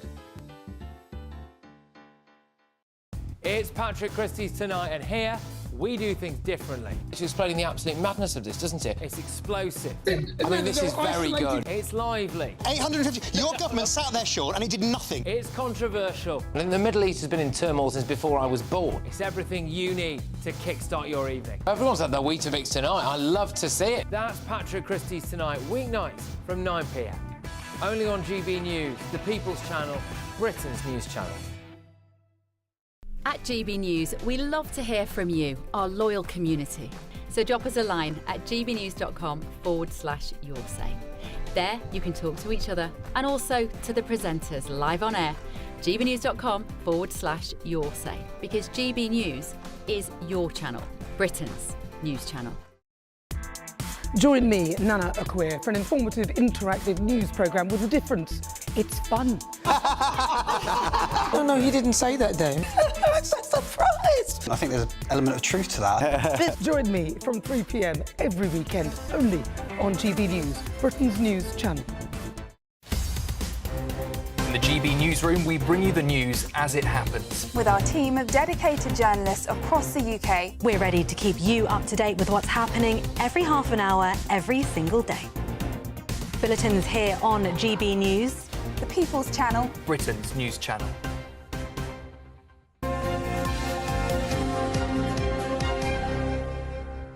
Just asking Paul, did you at school or whatever, did you ever play rugby? See, we never did rugby.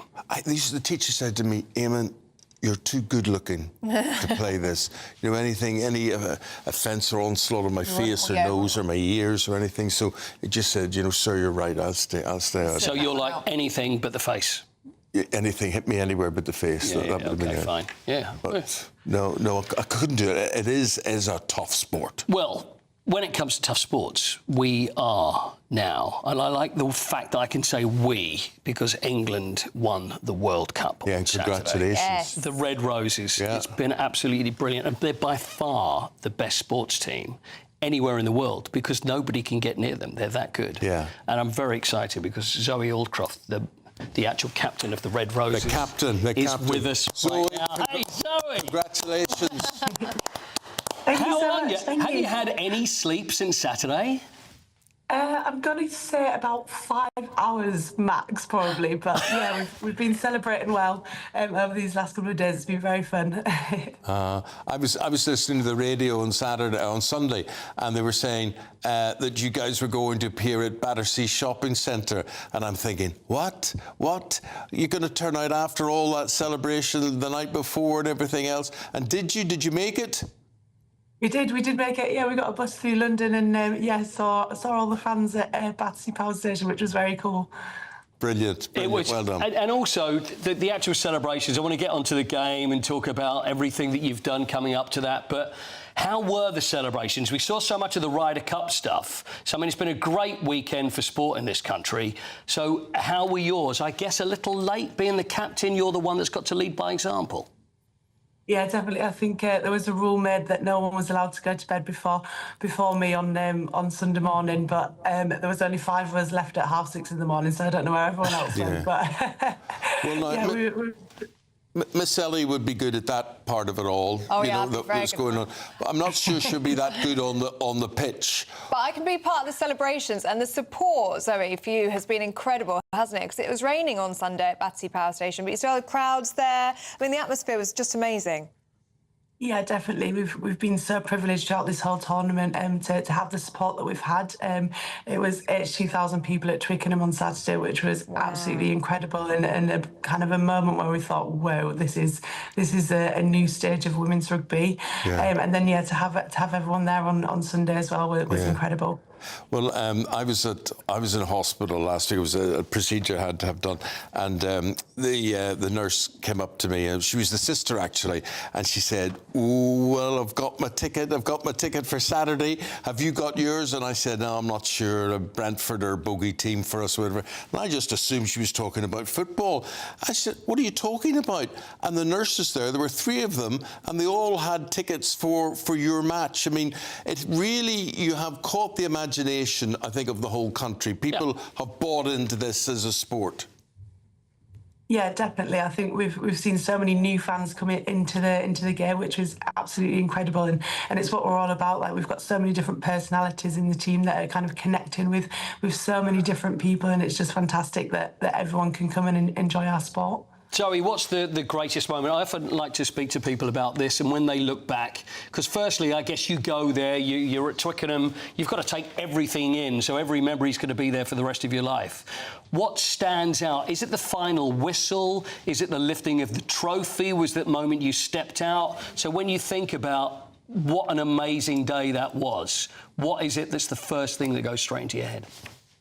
I think the biggest thing for me was coming off the bus and kind of seeing the crowds of people, like looking up and seeing the stands full of people like cheering us on, was just an incredible moment. I actually got pretty emotional coming off the bus. But then obviously when that final whistle went, that was just an incredible feeling of emotions, and just the thought that we've done it, and it's been worth all the hard work that we've put in. Is it relief? Is it a relief, or, again, another one of my favourite questions, a relief or jubilation? What's the main emotion? I think, like, obviously, as soon as that whistle went, I felt absolutely knackered, so it was a little bit of relief that the game was kind of done, and that we could just enjoy the celebrations now, and yeah, just so much excitement and joy enjoying that moment. Yeah, you've got the Red Roses who are ruling the rugby world. You've got the Lionesses ruling the football world. Do you get to chat to the Lionesses at all? I mean, you're all doing it for the young girls out there. Yeah, they've been a massive support to us, and we had Lucy Bronze there at Battersea on Sunday, which was incredible. But yeah, they've been a massive part of our journey, and obviously they inspired us so much earlier on this year in the Euros, and we've been following their journey, and now they've been following ours, which is an incredible thing. Zoe, you were always going to win this, weren't you? There was no doubt in your mind you were always going to win this. There was a sense of calmness this week, and it was just about getting that job done. And yeah, I think when we've got our mind set to something, we want to go out there and achieve it. Amazing. And what have you achieved in Scarborough? Have you been back to Scarborough yet? Have you got any sort of feedback? And because I just think it's great when people represent parts of the country that nobody really often talks about, you know? And there you are. This is for Scarborough. Yeah, definitely. I absolutely love Scarborough. And I haven't been back yet, but hopefully in the next couple of weeks I will get a chance. I know there was a massive contingent sporting at the local rugby club up there, which is fantastic. And yeah, I've had so much support from up there. I love the stuff about John Mitchell there getting the tattoo from Ellie, and not you, Ellie Kildane, who's plays for the team. What was I getting up to? So what about yourself? Is there something that will be a permanent fixture on you to celebrate what happened over the weekend, or not? I think a few of the girls went yesterday to kind of get tattoos. Meg actually got me lifting the trophy at the end, which was pretty cool. But yeah, kind of. You can't really have a tattoo of yourself though, on yourself, can you? No, but yeah, no, just if anyone has any inspiration, then yeah, I'd love to know, but yeah, we'll see. And Captain, where is the trophy? I'm actually not sure where it is. I saw it yesterday again, but I presume it's at Allianz Stadium somewhere. Yeah, being stored in a vault maybe now. Oh, goodness, don't lose it now. Don't have one at now. You're going to lose it. You want to find that, Zoe? Zoe, it's been brilliant talking to you. Thank you very, very much indeed. Congratulations. Yes. And you enjoy every minute of it. Thank you very much. Thank you. World champion. Thank you. Thanks, Thank you very much indeed. Congratulations. Thank you. Great to have Zoe Totally on. chilled. She's a brilliant player. Yeah. She's a great captain. Yeah. Brilliant role model. Absolutely. Fantastic that we got her on. Very good. Brilliant. Thank you, Paul. That was good. Good. You never know what guests you're going to pull out for You us. never know. You never know. In fact, I never know. Right. So we'll see. Who could it be tomorrow? Who could the mystery person be? Right, up next, we got the papers. Carol Vorderman has head out at the Prime Minister. Find out what she said next with James and a man. So that's coming up after the holiday forecast.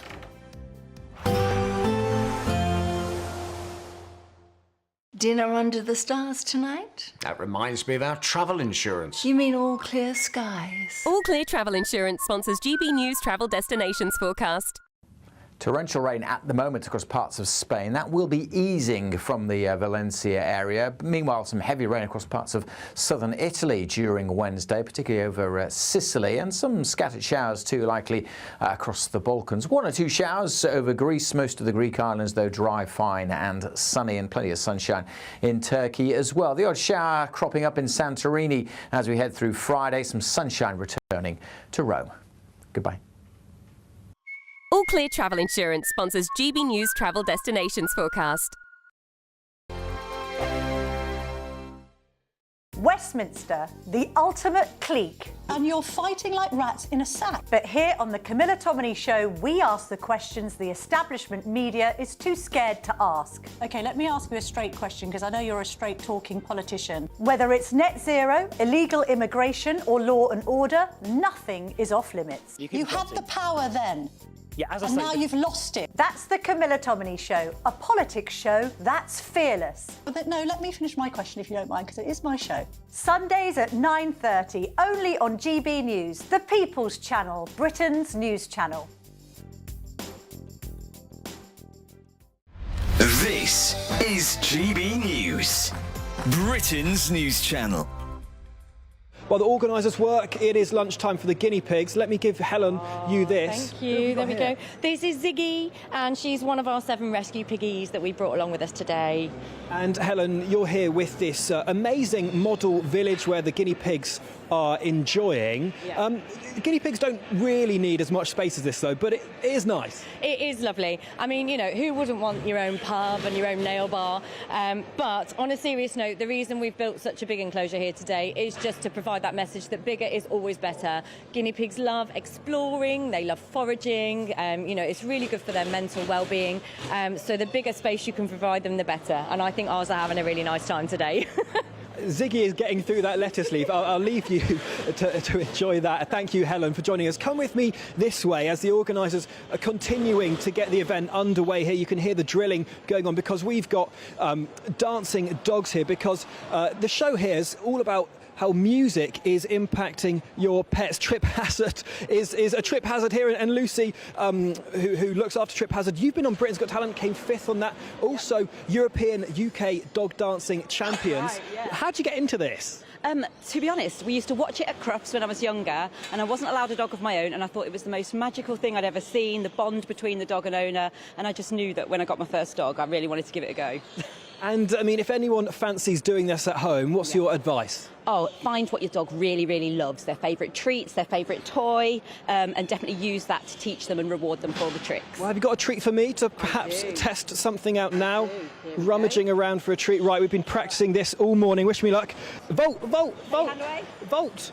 Hey, there we go. Oh, it was better earlier, but that is something I've learned this morning. The People's Channel. In the GB newsroom, we bring you the news as it happens. With our team of dedicated journalists across the UK. We're ready to keep you up to date with what's happening every half an hour, every single day. Bulletins here on GB News. The People's Channel. Britain's news channel.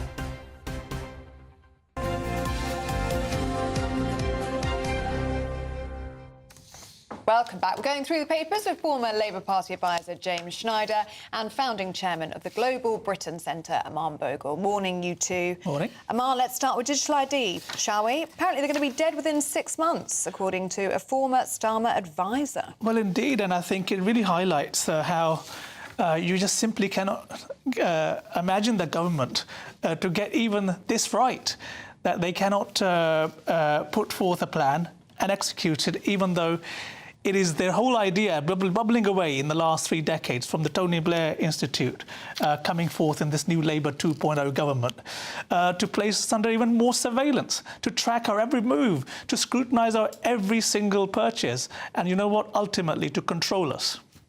James, what do you make of digital IDs? Are you a fan? I'm a huge opponent, and I've been a huge opponent of them since Blair was trying to bring them in almost 25 years ago, and I hope they are dead in 6 months. There's one easy way to get it right, which is to scrap the plan. It's, of course, expensive. It won't do anything good. And this is one area where I think Eamonn and I will be in firm agreement. It's a massive abuse of our liberties. They keep on changing the argument over the last 2 decades. You know, it's going to stop terrorism. It's going to stop organised crime. It's going to make it easier for people to access services. It's going to tackle the small boats issue. They keep on changing the reason because fundamentally they want to bring in this thing. The fact that it's called the Brit card doesn't make it remotely good. It's a bit of branding. It's not good for us.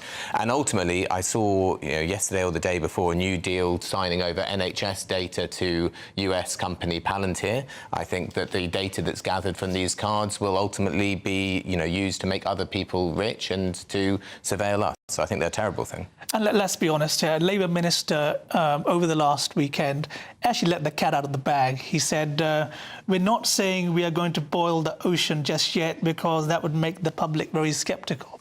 So you can see exactly where this is headed. This is not about stopping illegal migration. This is not about making sure that people who are working in the country have a right to work. That's already there with national insurance numbers. And also for immigrants, they now have to share a share code from the Home Office to prove they're allowed to work in the UK. So all of that is taken care of. This is about control. This is about bringing in control over the population, to control where you're going, to control what you're eating, to control what you're spending your money on. And ultimately, if you have the wrong think, well, you could be cancelled entirely. But I think surely the populace can cancel the card. I mean, if they don't cooperate with this. I mean, you're talking, James was saying, the Brit card and whatever it is. If ever there was a wrong name for Northern Ireland as part of the United Kingdom, whatever, you've got a whole half of the population who see themselves as nationalist, who would just not sign up to this. It just won't be part. It just will not happen. I would hope,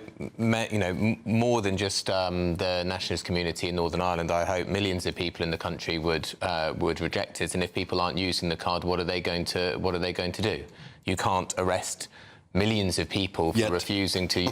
Well, yeah, and of course, they are trying. I mean, this you would think that there was a wave of terrorism in Britain because since Keir Starmer's been Prime Minister, there's been an enormous increase in arrests for terrorism charges. Just most of them are pensioners holding 7-word placards. Yesterday they arrested another 60 outside Labour Party conference. I mean, so tell us that story. So there's Labour Party conference going on in Liverpool, and you've got 60 pensioners holding placards. Holding 7-word placards saying that, I think that they read, "I oppose genocide, I support Palestine action."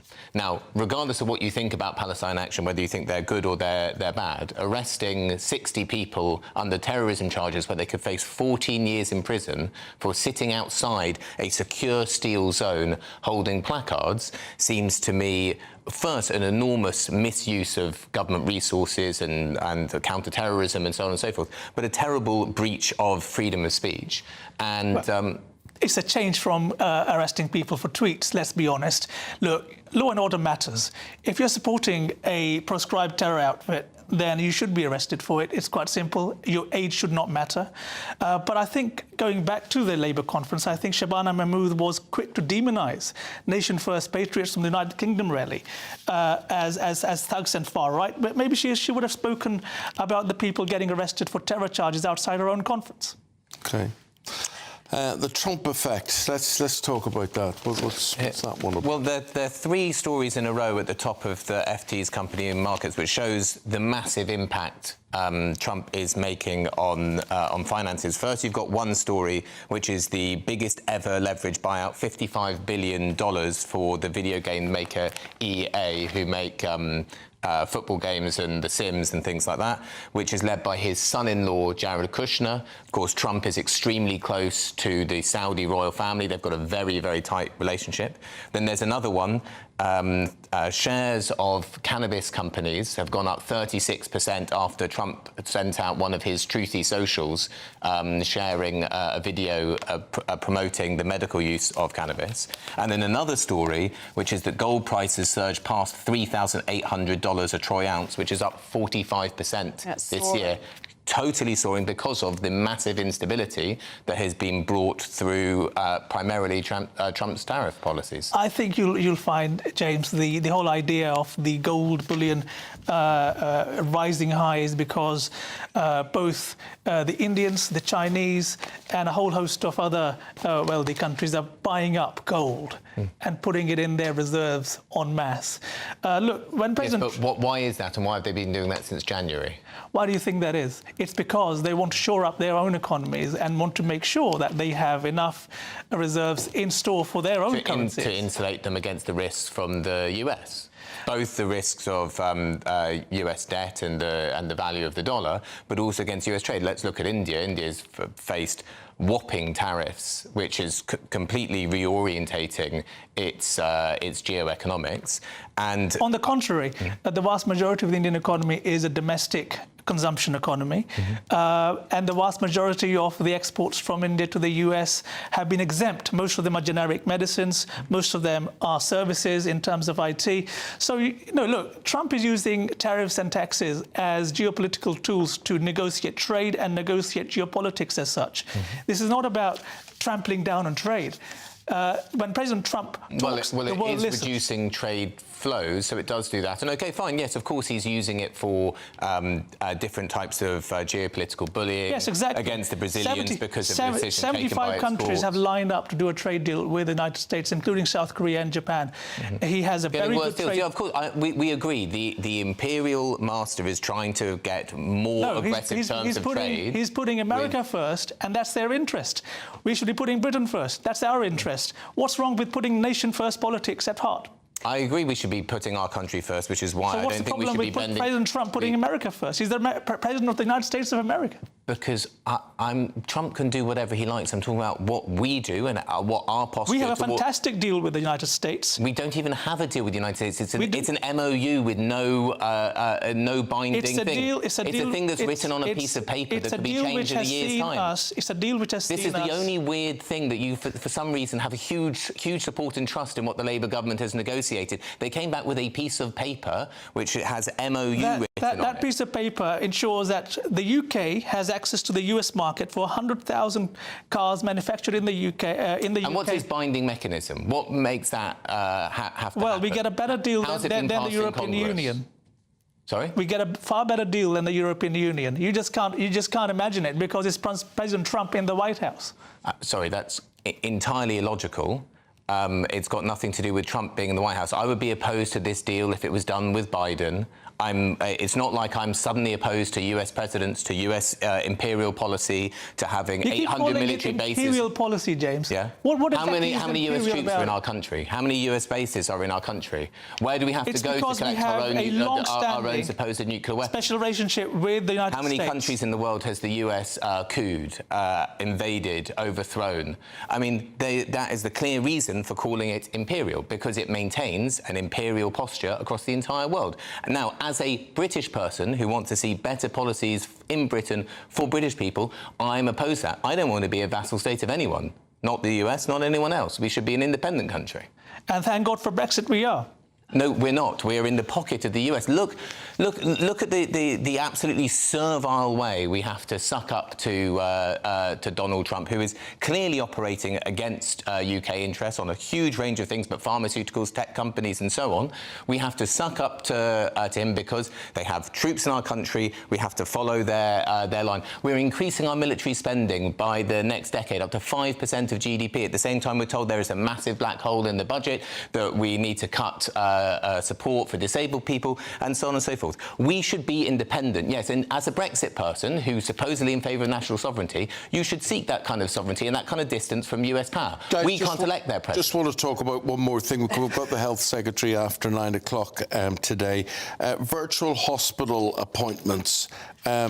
What are we saying about this, Eamonn? This is from page of the Times. So this is Labour's newest gimmick to drive down the 7.4 million waiting list. Is it a gimmick or is it just common sense? Well, a lot of surgeries already have e-consultations where you get a phone call or a video call from your doctor. So this is nothing new in terms of... Is this part of Keir Starmer's new world? Is this the future? Is this the way things are going? Well, look, I think it's fair to say that socialists love their 5-year plans. The only thing is, Wes Streeting, you can ask him this when he comes on later, he's got a 10-year plan for the NHS.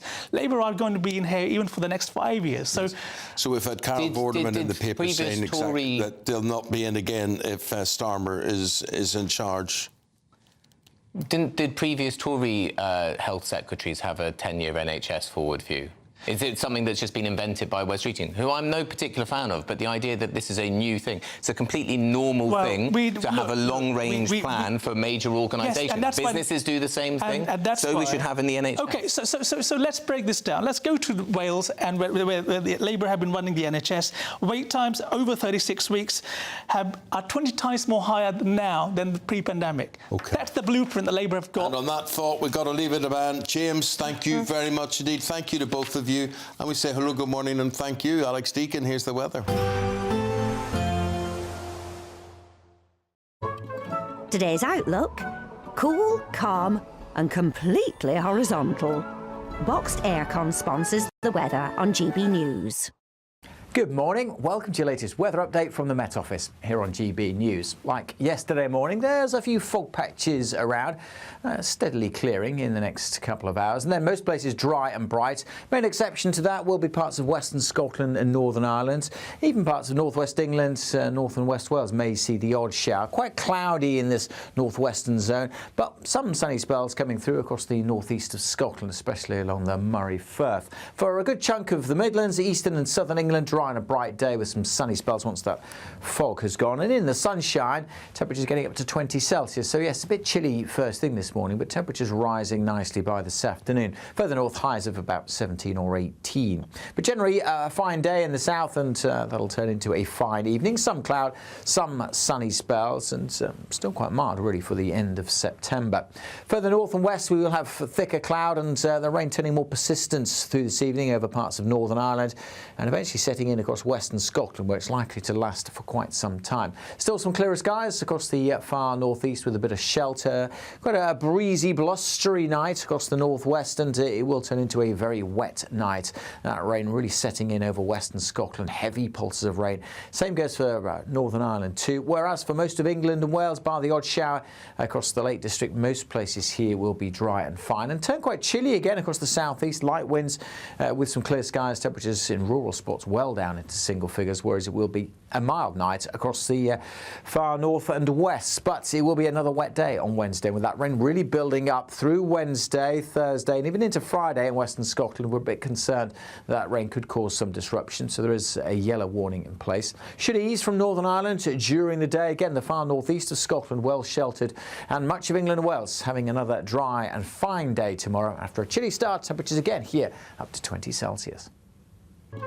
Today's outlook: cool, calm and completely horizontal. Boxed Aircon sponsors the weather on GB News.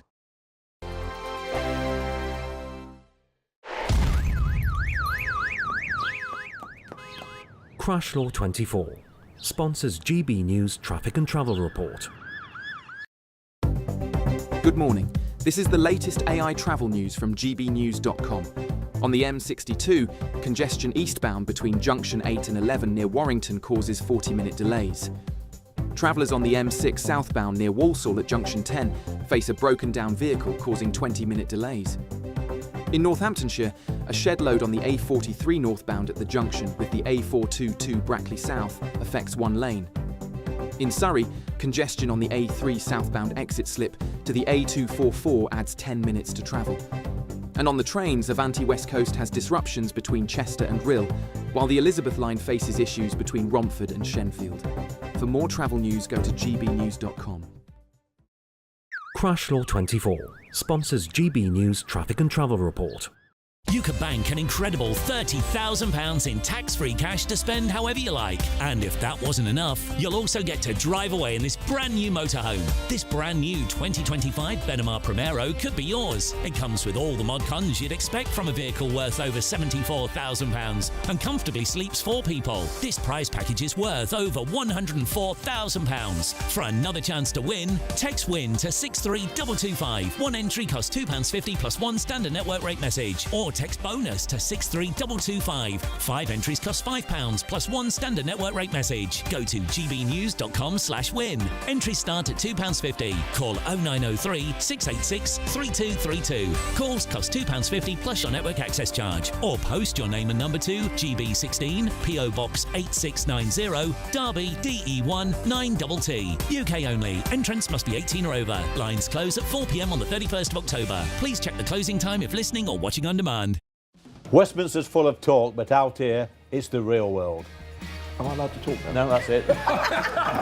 This is where it matters, real people and real lives.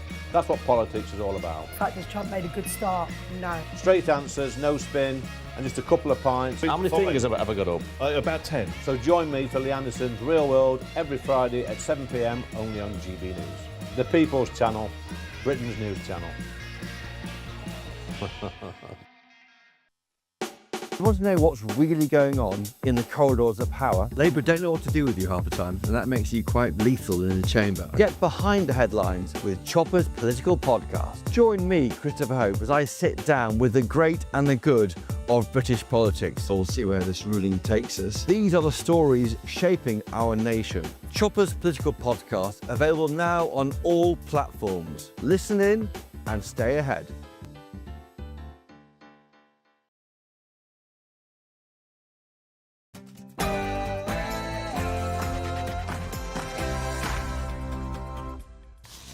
Good morning. The Prime Minister is to warn that Britain faces the choice of a generation amid Reform UK's rise.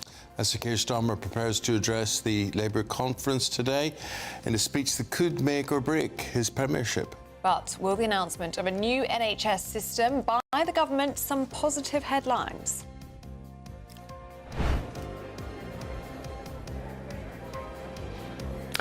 Well, we will be hearing from the Health Secretary shortly, but the Prime Minister has a mountain to climb, hasn't he? Can he reassure his party here and the public at home that he has the answers and can make people better off when Nigel Farage and Reform are breathing down their necks? Also, expect to hear a lot about him.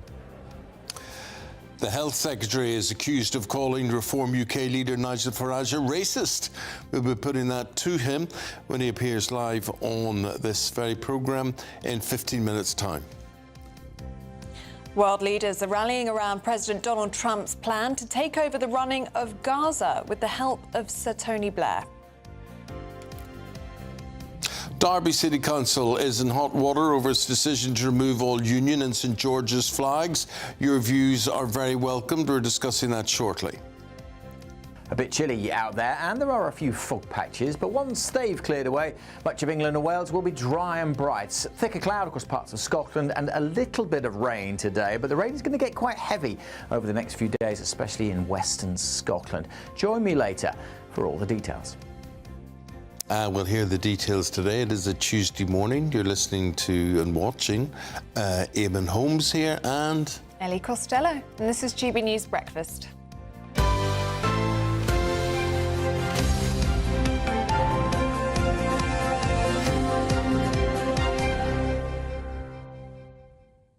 And to our top story this morning, the Prime Minister is going to speak at the Labour Party conference in Liverpool later on today. well, he's expected to tell us all that we have a choice between division and decency in the face of Reform UK's rise in the polls.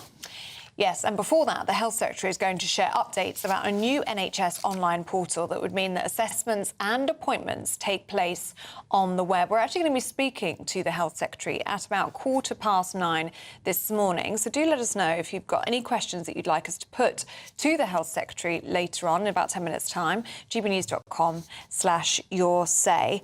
Lots of you getting in touch on Labour Party conference.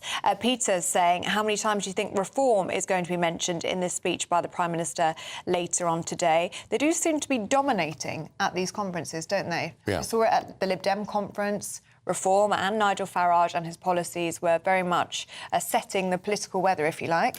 And we've seen it again at the Labour Party conference. And we're going to be seeing more of it very, very shortly. So if you've got a view on that, have your say.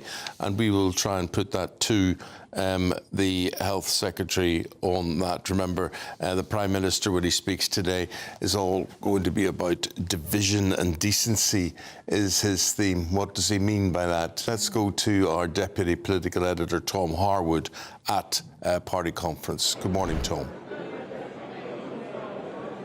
Good morning. Yes, one of the biggest days of conference so far today. Not only the Prime Minister making his pitch to the nation, but also we're going to get some concrete policy proposals from the Health Secretary. The Labour Party has always saw health as an issue that it owns electorally. And when this party got in, they splurged a huge amount more money on the health service, more than they promised to do in their manifesto. It was all part of that extra tax-raising budget that we saw last October. Tens upon tens of £1 billion more into the NHS. They hope that this amount of money will be able to bring down those record high waiting lists. But it's more than just the money. What Wes Streeting has always said over his time as Health Secretary and before when he was in the shadow brief of the role is that if the money isn't spent wisely, you're not going to get the good results. He believes the NHS is over-reliant on hospitals, that if you want to get something fixed, if you have a minor ailment, you have to go to a hospital first, whether it's minor or major. The sort of hospital basis of healthcare in this country clogs everything up through one stream. So what this government has been pursuing actually is a further policy from the Sunak administration, community diagnostic centres, making sure that people can get diagnosed without having to go all the way into a hospital for more minor and more common ailments. But also what the Health Secretary is talking about today is a massive expansion of the NHS app, being able to bring specialists to people through their phones without, again, having to make it all the way into hospital. hospital. It's all about freeing up that hospital capacity so that every pound in the NHS that is spent stretches further, is spent more wisely. Appreciate it. Leave it there. Thank you very much indeed. I think now it's a good time to give you an insight into the Great British Getaway with our giveaway. Yes, it's your chance to win a brand new 4-berth motorhome worth over £74,000, plus a whopping 30 grand in tax-free cash to spend however you like. Well, this is our biggest prize to date. Hayley Sparks will tell you more. It's our biggest, greatest Great British giveaway to date. Your chance to win a prize package worth over £104,000. You could be driving away with this brand new Benamar Primero motorhome. With thanks to Marquis Leisure, this 4-berth home from home comes complete with integrated kitchen and bathroom areas, sky view roof lights, and has all the tech you'd expect from the latest 2025 model. We'll also give you an incredible £30,000 in tax-free cash to make sure any adventures in your motorhome are taken in style. For another chance to win, text WIN to 63225. One entry costs £2.50 plus one standard network rate message. Or text BONUS to 63225. 5 entries cost £5 plus one standard network rate message. Go to gbnews.com/win. Entries start at £2.50. Call 0903 686 3232. Calls cost £2.50 plus your network access charge. Or post your name and number to GB16 PO Box 8690 Derby DE1 9TT. UK only. Entrance must be 18 or over. Lines close at 4 p.m. on the 31st of October. The winner will be contacted live on GB News, week commencing 10th of November. Please check the closing time if listening or watching on demand. Good luck. We're going to talk about the Derby Council area and flags, nationalist flags, English flags, Union Jack, whatever, all causing controversy all around the country. But this is where effect is taking place in Derby because the idea there is that they're going to start taking them down. Yes, the councillor, Sarah Chambers, made the announcement saying that it's time to bring this campaign of flag flying to an end. But why? And not everybody in Derby is happy about this. We're going to cross over there live now to hear from our national reporter, Jack Carson, where Derby is becoming the centre of this story. I was trying to look at the composition, no matter what that councillor said, and we quoted her to bring this to an end. The composition of the council is pretty complex. There's a big Reform UK, whether in the Borough Council or the City Council, sitting there, and I'm sure they're going to have something to say about this. Certainly, obviously, on the county councils in the East Midlands at the local elections, Reform won massively, both in Nottinghamshire County Council, Derbyshire County Council as well. They've certainly come out strongly against this decision by Derby City Council. You might be able to see on the lamppost behind me, these flags have survived so far. We're in Chaddesden this morning, just outside Derby City Centre. These flags on these lampposts have managed to survive, but it was from yesterday that Derby City Council said they would begin the removal of these flags off these lampposts. They said that they'd applied flexibility in their discretion in recent weeks, but the time had come for the decision for them to exercise their discretionary legal powers, they said, to remove flags or bunting that have been placed on street furniture.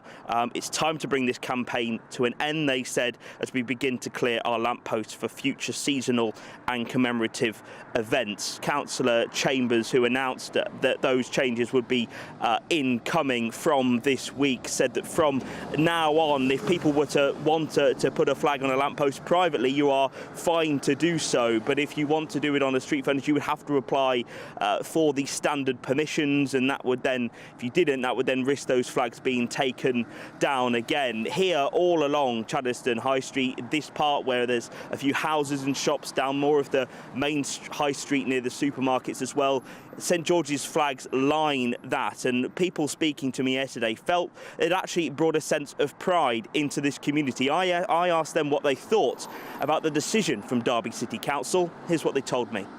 St George's flag is for the country. It's what our forefathers fought and died for. It's not offensive. Other flags can be flown. I don't see why they should do it. Seems to me, a way of us saying, look, we're all together. We're not a racist community, I think it's a good thing. But it was inevitable that at some stage they were going to take them down. But I think the government needs to listen on what the whole country's saying on what they want to do. So it's good that all the the flags are up and we're all sort of sticking together. Yeah, so everyone I spoke to yesterday, including those 3 people, seemingly, certainly in this part of Derby and around the city centre, feeling actually that these flags had brought something quite positive to the community, that they enjoyed seeing them on their journeys, certainly around places like this. But Derbyshire Police yesterday had confirmed, spokeswoman confirming they'd received reports of a public order incident on Monday the 22nd of September. That relates to words which were allegedly shouted at Councillor Sarah Chambers from a car between 5 and 5:30 p.m. in Derby. Those are allegedly rape threats that she received after, of course, she was the one who made the announcement that these flags would be taken down.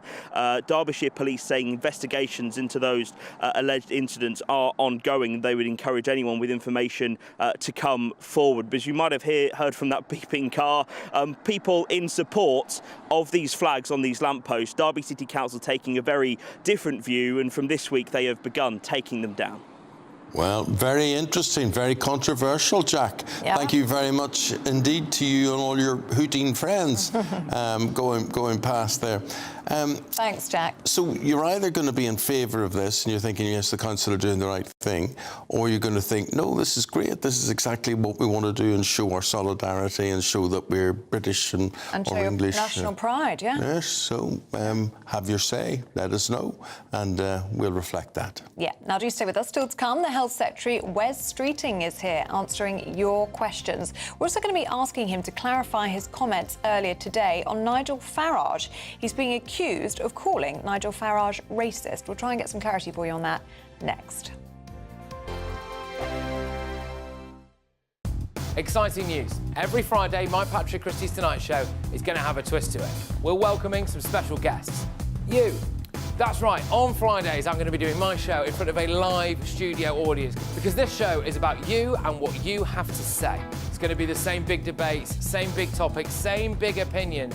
But every Friday night at 9 p.m, you are invited to come on down to Patrick Christie's Tonight to be a part of the action. Only on GB News, the People's Channel, Britain's news channel.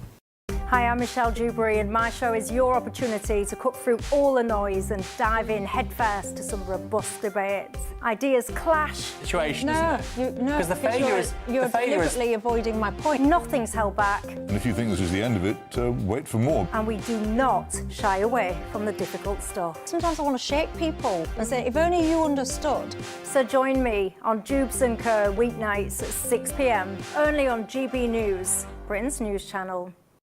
Westminster's full of talk, but out here, it's the real world. Am I allowed to talk now? No, that's it.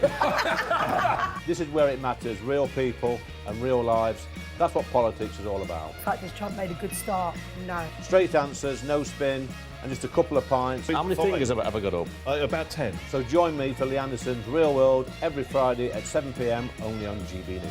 The People's Channel, Britain's news channel.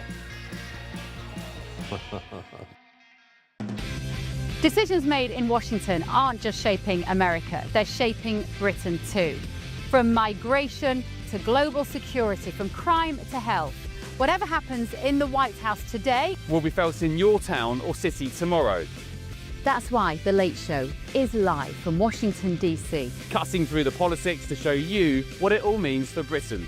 The Late Show live every night at midnight. Only on GB News, Britain's news channel. Britain was once the envy of the world, but look around. A nation that no longer knows what it is or where it's going. A country that's broken. How do we fix Britain? How do we bring it back? Friday night with Matt Goodwin at 8 p.m. only on GB News. At GB News, we love to hear from you, our loyal community. So drop us a line at gbnews.com/yoursay. There you can talk to each other and also to the presenters live on air, gbnews.com/yoursay, because GB News is your channel, Britain's news channel. Join me, Nana Akweer, for an informative, interactive news programme with a difference. It's fun. No, he didn't say that, though. I'm so surprised. I think there's an element of truth to that. Join me from 3 p.m. every weekend, only on GB News, Britain's news channel.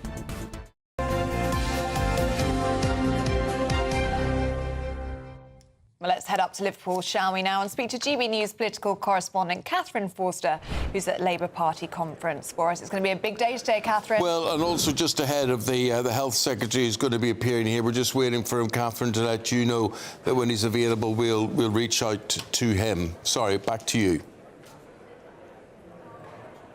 No problem. Yes, a massive day for the Prime Minister, because he's got to prove the doubters wrong. And let's face it, there are so many doubters. He's got the worst poll rating for any Prime Minister since at least 1977.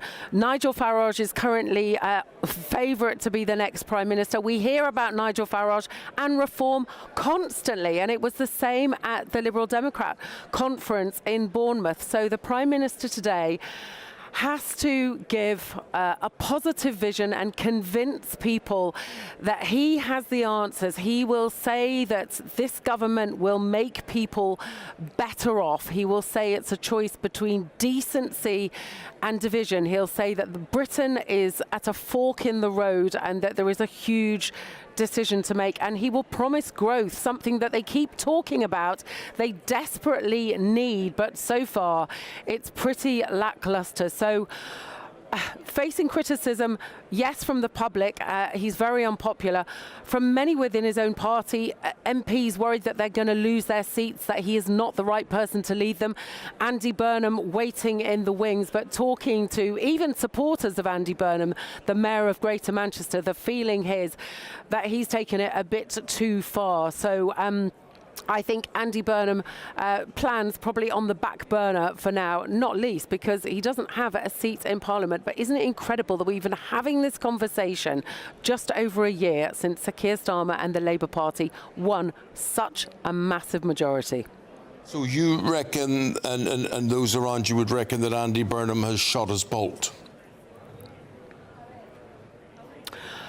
At the moment, yes, and I've heard that even from people who think very highly of him and are very, very supportive of him and have known him a long time. I can't quite tell you on Breakfast TV some of the phrases, but they think that he hasn't helped himself. Now, in fairness to Andy Burnham, he says that the Telegraph sort of misrepresented him. They had that headline saying that Andy Burnham says, people are asking me to stand.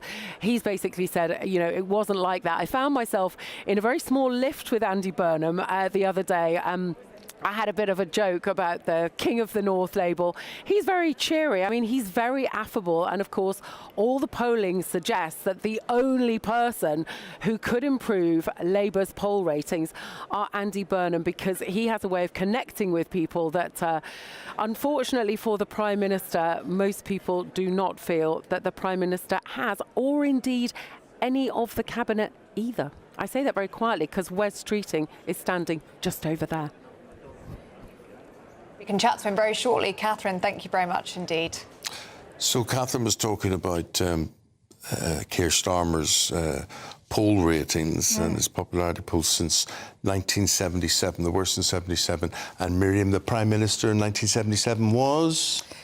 Ted Heath? No, Callaghan. Correct. Well done. Oh, 2 points. Well done. Very good. And that was the winter of discontent and all sorts of things like that? Yes, lots of people drawing parallels between then and now. Some similarities, of course, inflation strikes, but I think people are around then saying not quite as bad yet. Mm-hmm. What have you two got coming up on the programme? Well, yeah, a lot of that, reflecting on very positive discontent. news. Yes, but also we're going to have a former sub-post mistress coming on to discuss her compensation claim, just 15% of what she is expected to be owed. Where is the justice It's to this? a madness, it really is. But we'll be speaking to her about that process. Very much looking forward to your conversation with Wes Streeting, and we'll be reflecting on that a lot. You might be having the conversation with Wes no, I'm Streeting. sure he'll rush for breakfast. Because we're suggesting this morning that Nigel Farage is racist and what that might mean for supporters of the Reform UK party. It's very interesting to see Labour going on the attack on this approach? Will it work? Is it the right move? It feels like a repeat of politics from 10 years ago. Do you know what? I don't think it will work, because I think people will listen to what Farage has said or whatever, and they'll go, well, he sort of thinks, and this is not me speaking personally, people will speak for themselves and say, well, that's sort of what I think. Yeah. So then does that make them racist as well? Well, I think there was a time when throwing around the word racist was genuinely frightening for people and genuinely forced people to keep quiet. But I think it's been overused so much now that it's kind of lost its power. People know that this is just political wrangling. And I think people's eyes are being opened to the impact that immigration has had on this country, and that doesn't make them racist. We heard it from the Prime Minister, didn't we? Calling it immoral and racist. Shabana Mahmood yesterday saying it was worse than racist, these Reform UK policies. And now accusations that Wes Streeting is calling Nigel Farage racist. I mean, this is the whole of the front bench. The Home Secretary did it yesterday as well. And Ellie and Eamonn, they're doing this, just months after Sir Keir Starmer made his Island of Strangers speech, talking about the disunity and sort of cultural segregation within Britain. To go from that position to trying to deal with immigration at this level by reform is racist is quite the extraordinary shift. And it plays into the Tories' hands, doesn't it, actually? Because you can see already on social media the Tories saying, well, actually, if you've got a legitimate fear over immigration, you've got legitimate concerns, Sir Keir Starmer thinks you're racist. So, well, we can now say we're joined by the Health Secretary, Wes Streeting. You might be able to hear our conversation, Wes, because you're making headlines yourself this morning. Yeah, I caught the tail end of that. Yes, accusations that you're calling Nigel Farage a racist. Would you like to clarify your comments? Do you believe that Nigel Farage or his policies are racist?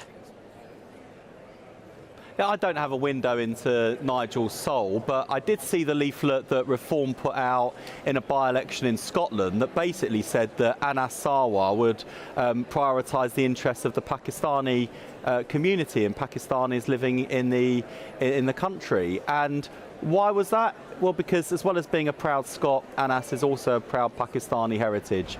And I thought that was a racist leaflet, I really did, and it went out in Reform's name.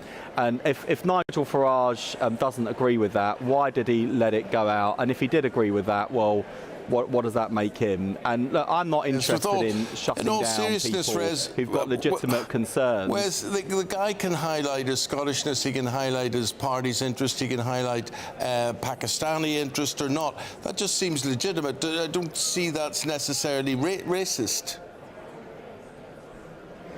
Oh, come on. I honestly just thought it was basically saying he's not one of us.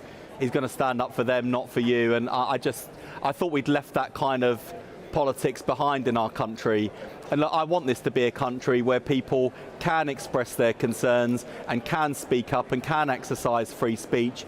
I don't think that people, for example, who are concerned about the security of our borders, the small boats or levels of legal, let alone illegal migration in our country are racist. I don't think that at all. But we do have racism in our country, and where we see it, we've got to call it out. I don't want to turn the clock back. What you have to do, of course, is get these waiting lists down within the NHS. And today you're going to be speaking about that and trying to say, look, I think we can do this. How do you think you can do it?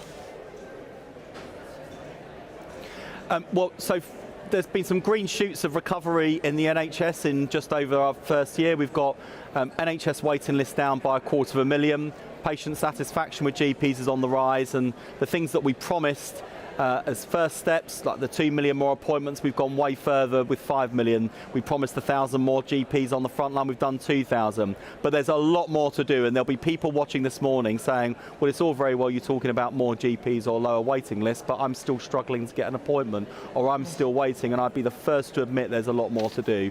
And that's why the Prime Minister's announcement today of NHS Online, a new virtual hospital service, is such a game changer, because it shows how we're not just investing in the NHS but modernising. And that online service, which won't be for everyone in all cases, it's only for cases where it's safe and effective and where people want to go online, that'll create about an extra 8.5 million appointments, which will be great for those people who use that service, but it will also free up capacity for people who need to or want to be seen face to face by their GP or at their local hospital.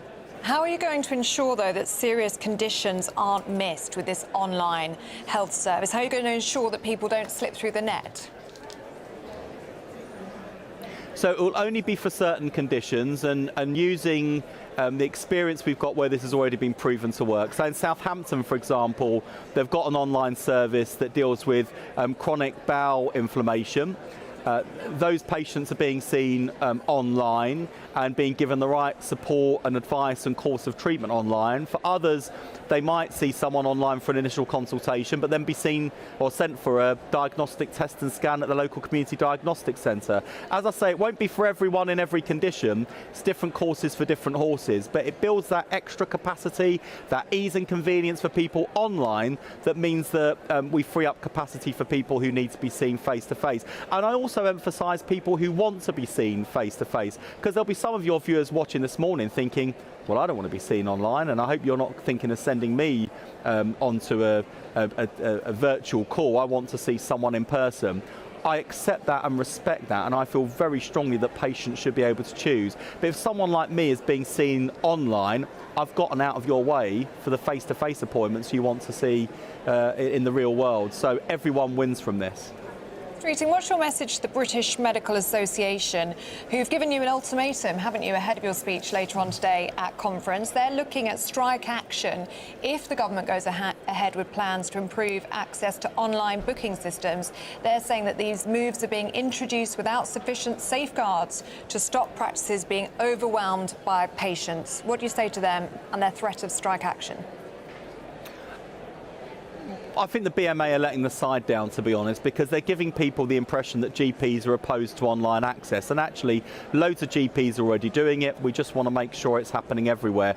They signed up to do this, by the way, and they signed up with the agreement we made with them, backed by £1 billion of extra investment into general practice, the biggest increase in a decade. And they've got to work with us, not against us. I mean, it's been a running theme of my first year as Health and Social Care Secretary that the BMA kick off from one week to the next. And I'd rather we work together as partners. I really do.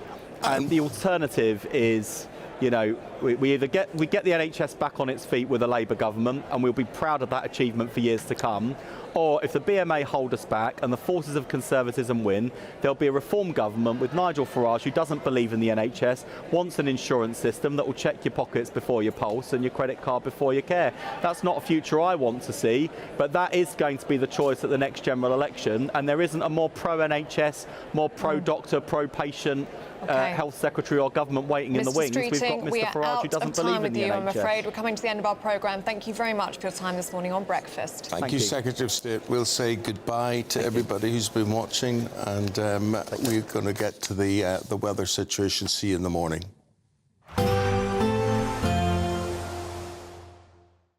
Expect warm spells with the odd rude interruption. Box Boilers sponsors the weather on GB News. Good morning. Welcome to your latest weather update from the Met Office here on GB News. Like yesterday morning, there's a few fog patches around, steadily clearing in the next couple of hours. And then most places dry and bright. Main exception to that will be parts of Western Scotland and Northern Ireland.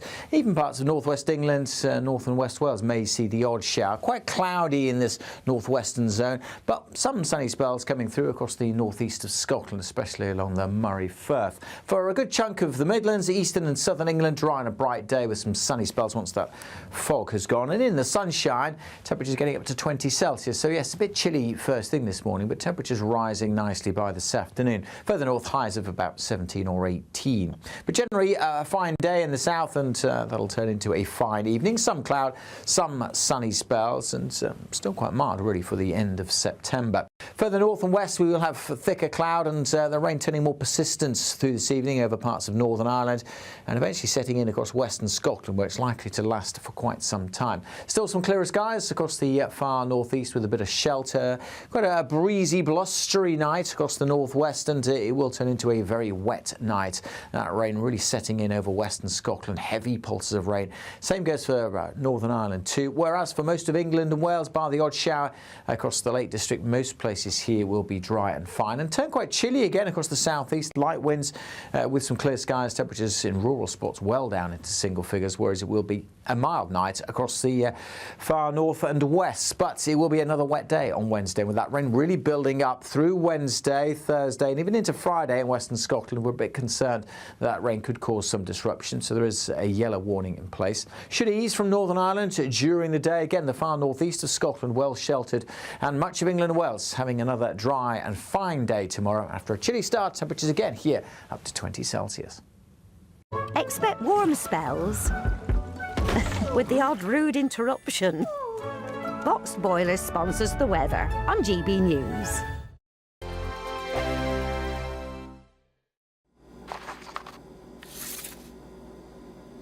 Crash Law 24 sponsors GB News Traffic and Travel Report.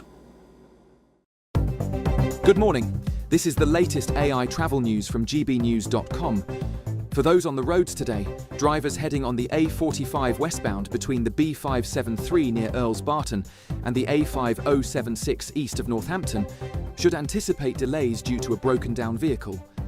Meanwhile, congestion is also affecting the M92 eastbound from Junction 8 to Junction 11, with a delay of around 40 minutes. Additionally, the M6 southbound at Junction 10 in Walsall has a broken down vehicle closing 2 of 4 lanes, causing a 20-minute delay. And on the trains, there is a Vanti West Coast disruption between Chester and Rhyl. Stay up to date at gbnews.com for more travel news. Crash Law 24 sponsors GB News Traffic and Travel Report. GB News Breakfast, every day from 6 a.m. It's our notes, isn't it? So why shouldn't the public have to say on who's on notes? And we've had Shakespeare, of course, and we've had Winston Churchill, but let's have something a bit more up to date. David Attenborough. A brilliant idea. Thank you. Brilliant idea. No, I've just come up with that, and I thought that was quite good. And then they also encourage ideas, nature, don't they? So I thought maybe some acorns. Why not a beaver?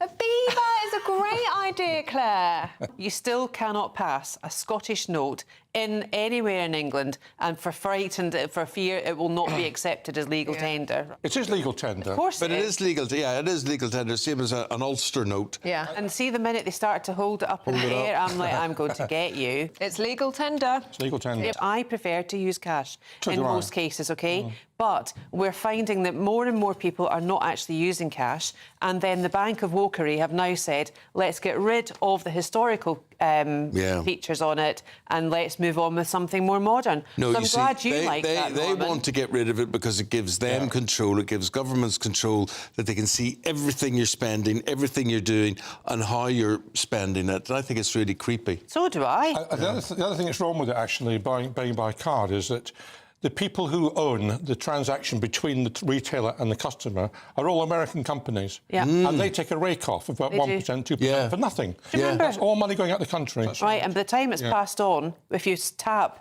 and go, then it's diminished, whereas if you had the physical £10, it's still £10. Well, it's interesting that we three would like the feel of notes. And I like the feel of notes as well. That's 4 of us. I feel rich when I've got cash in my Younger pocket. people in general, I mean, I couldn't give my kids money. You say... You can give me money anytime. GB News, the People's Channel.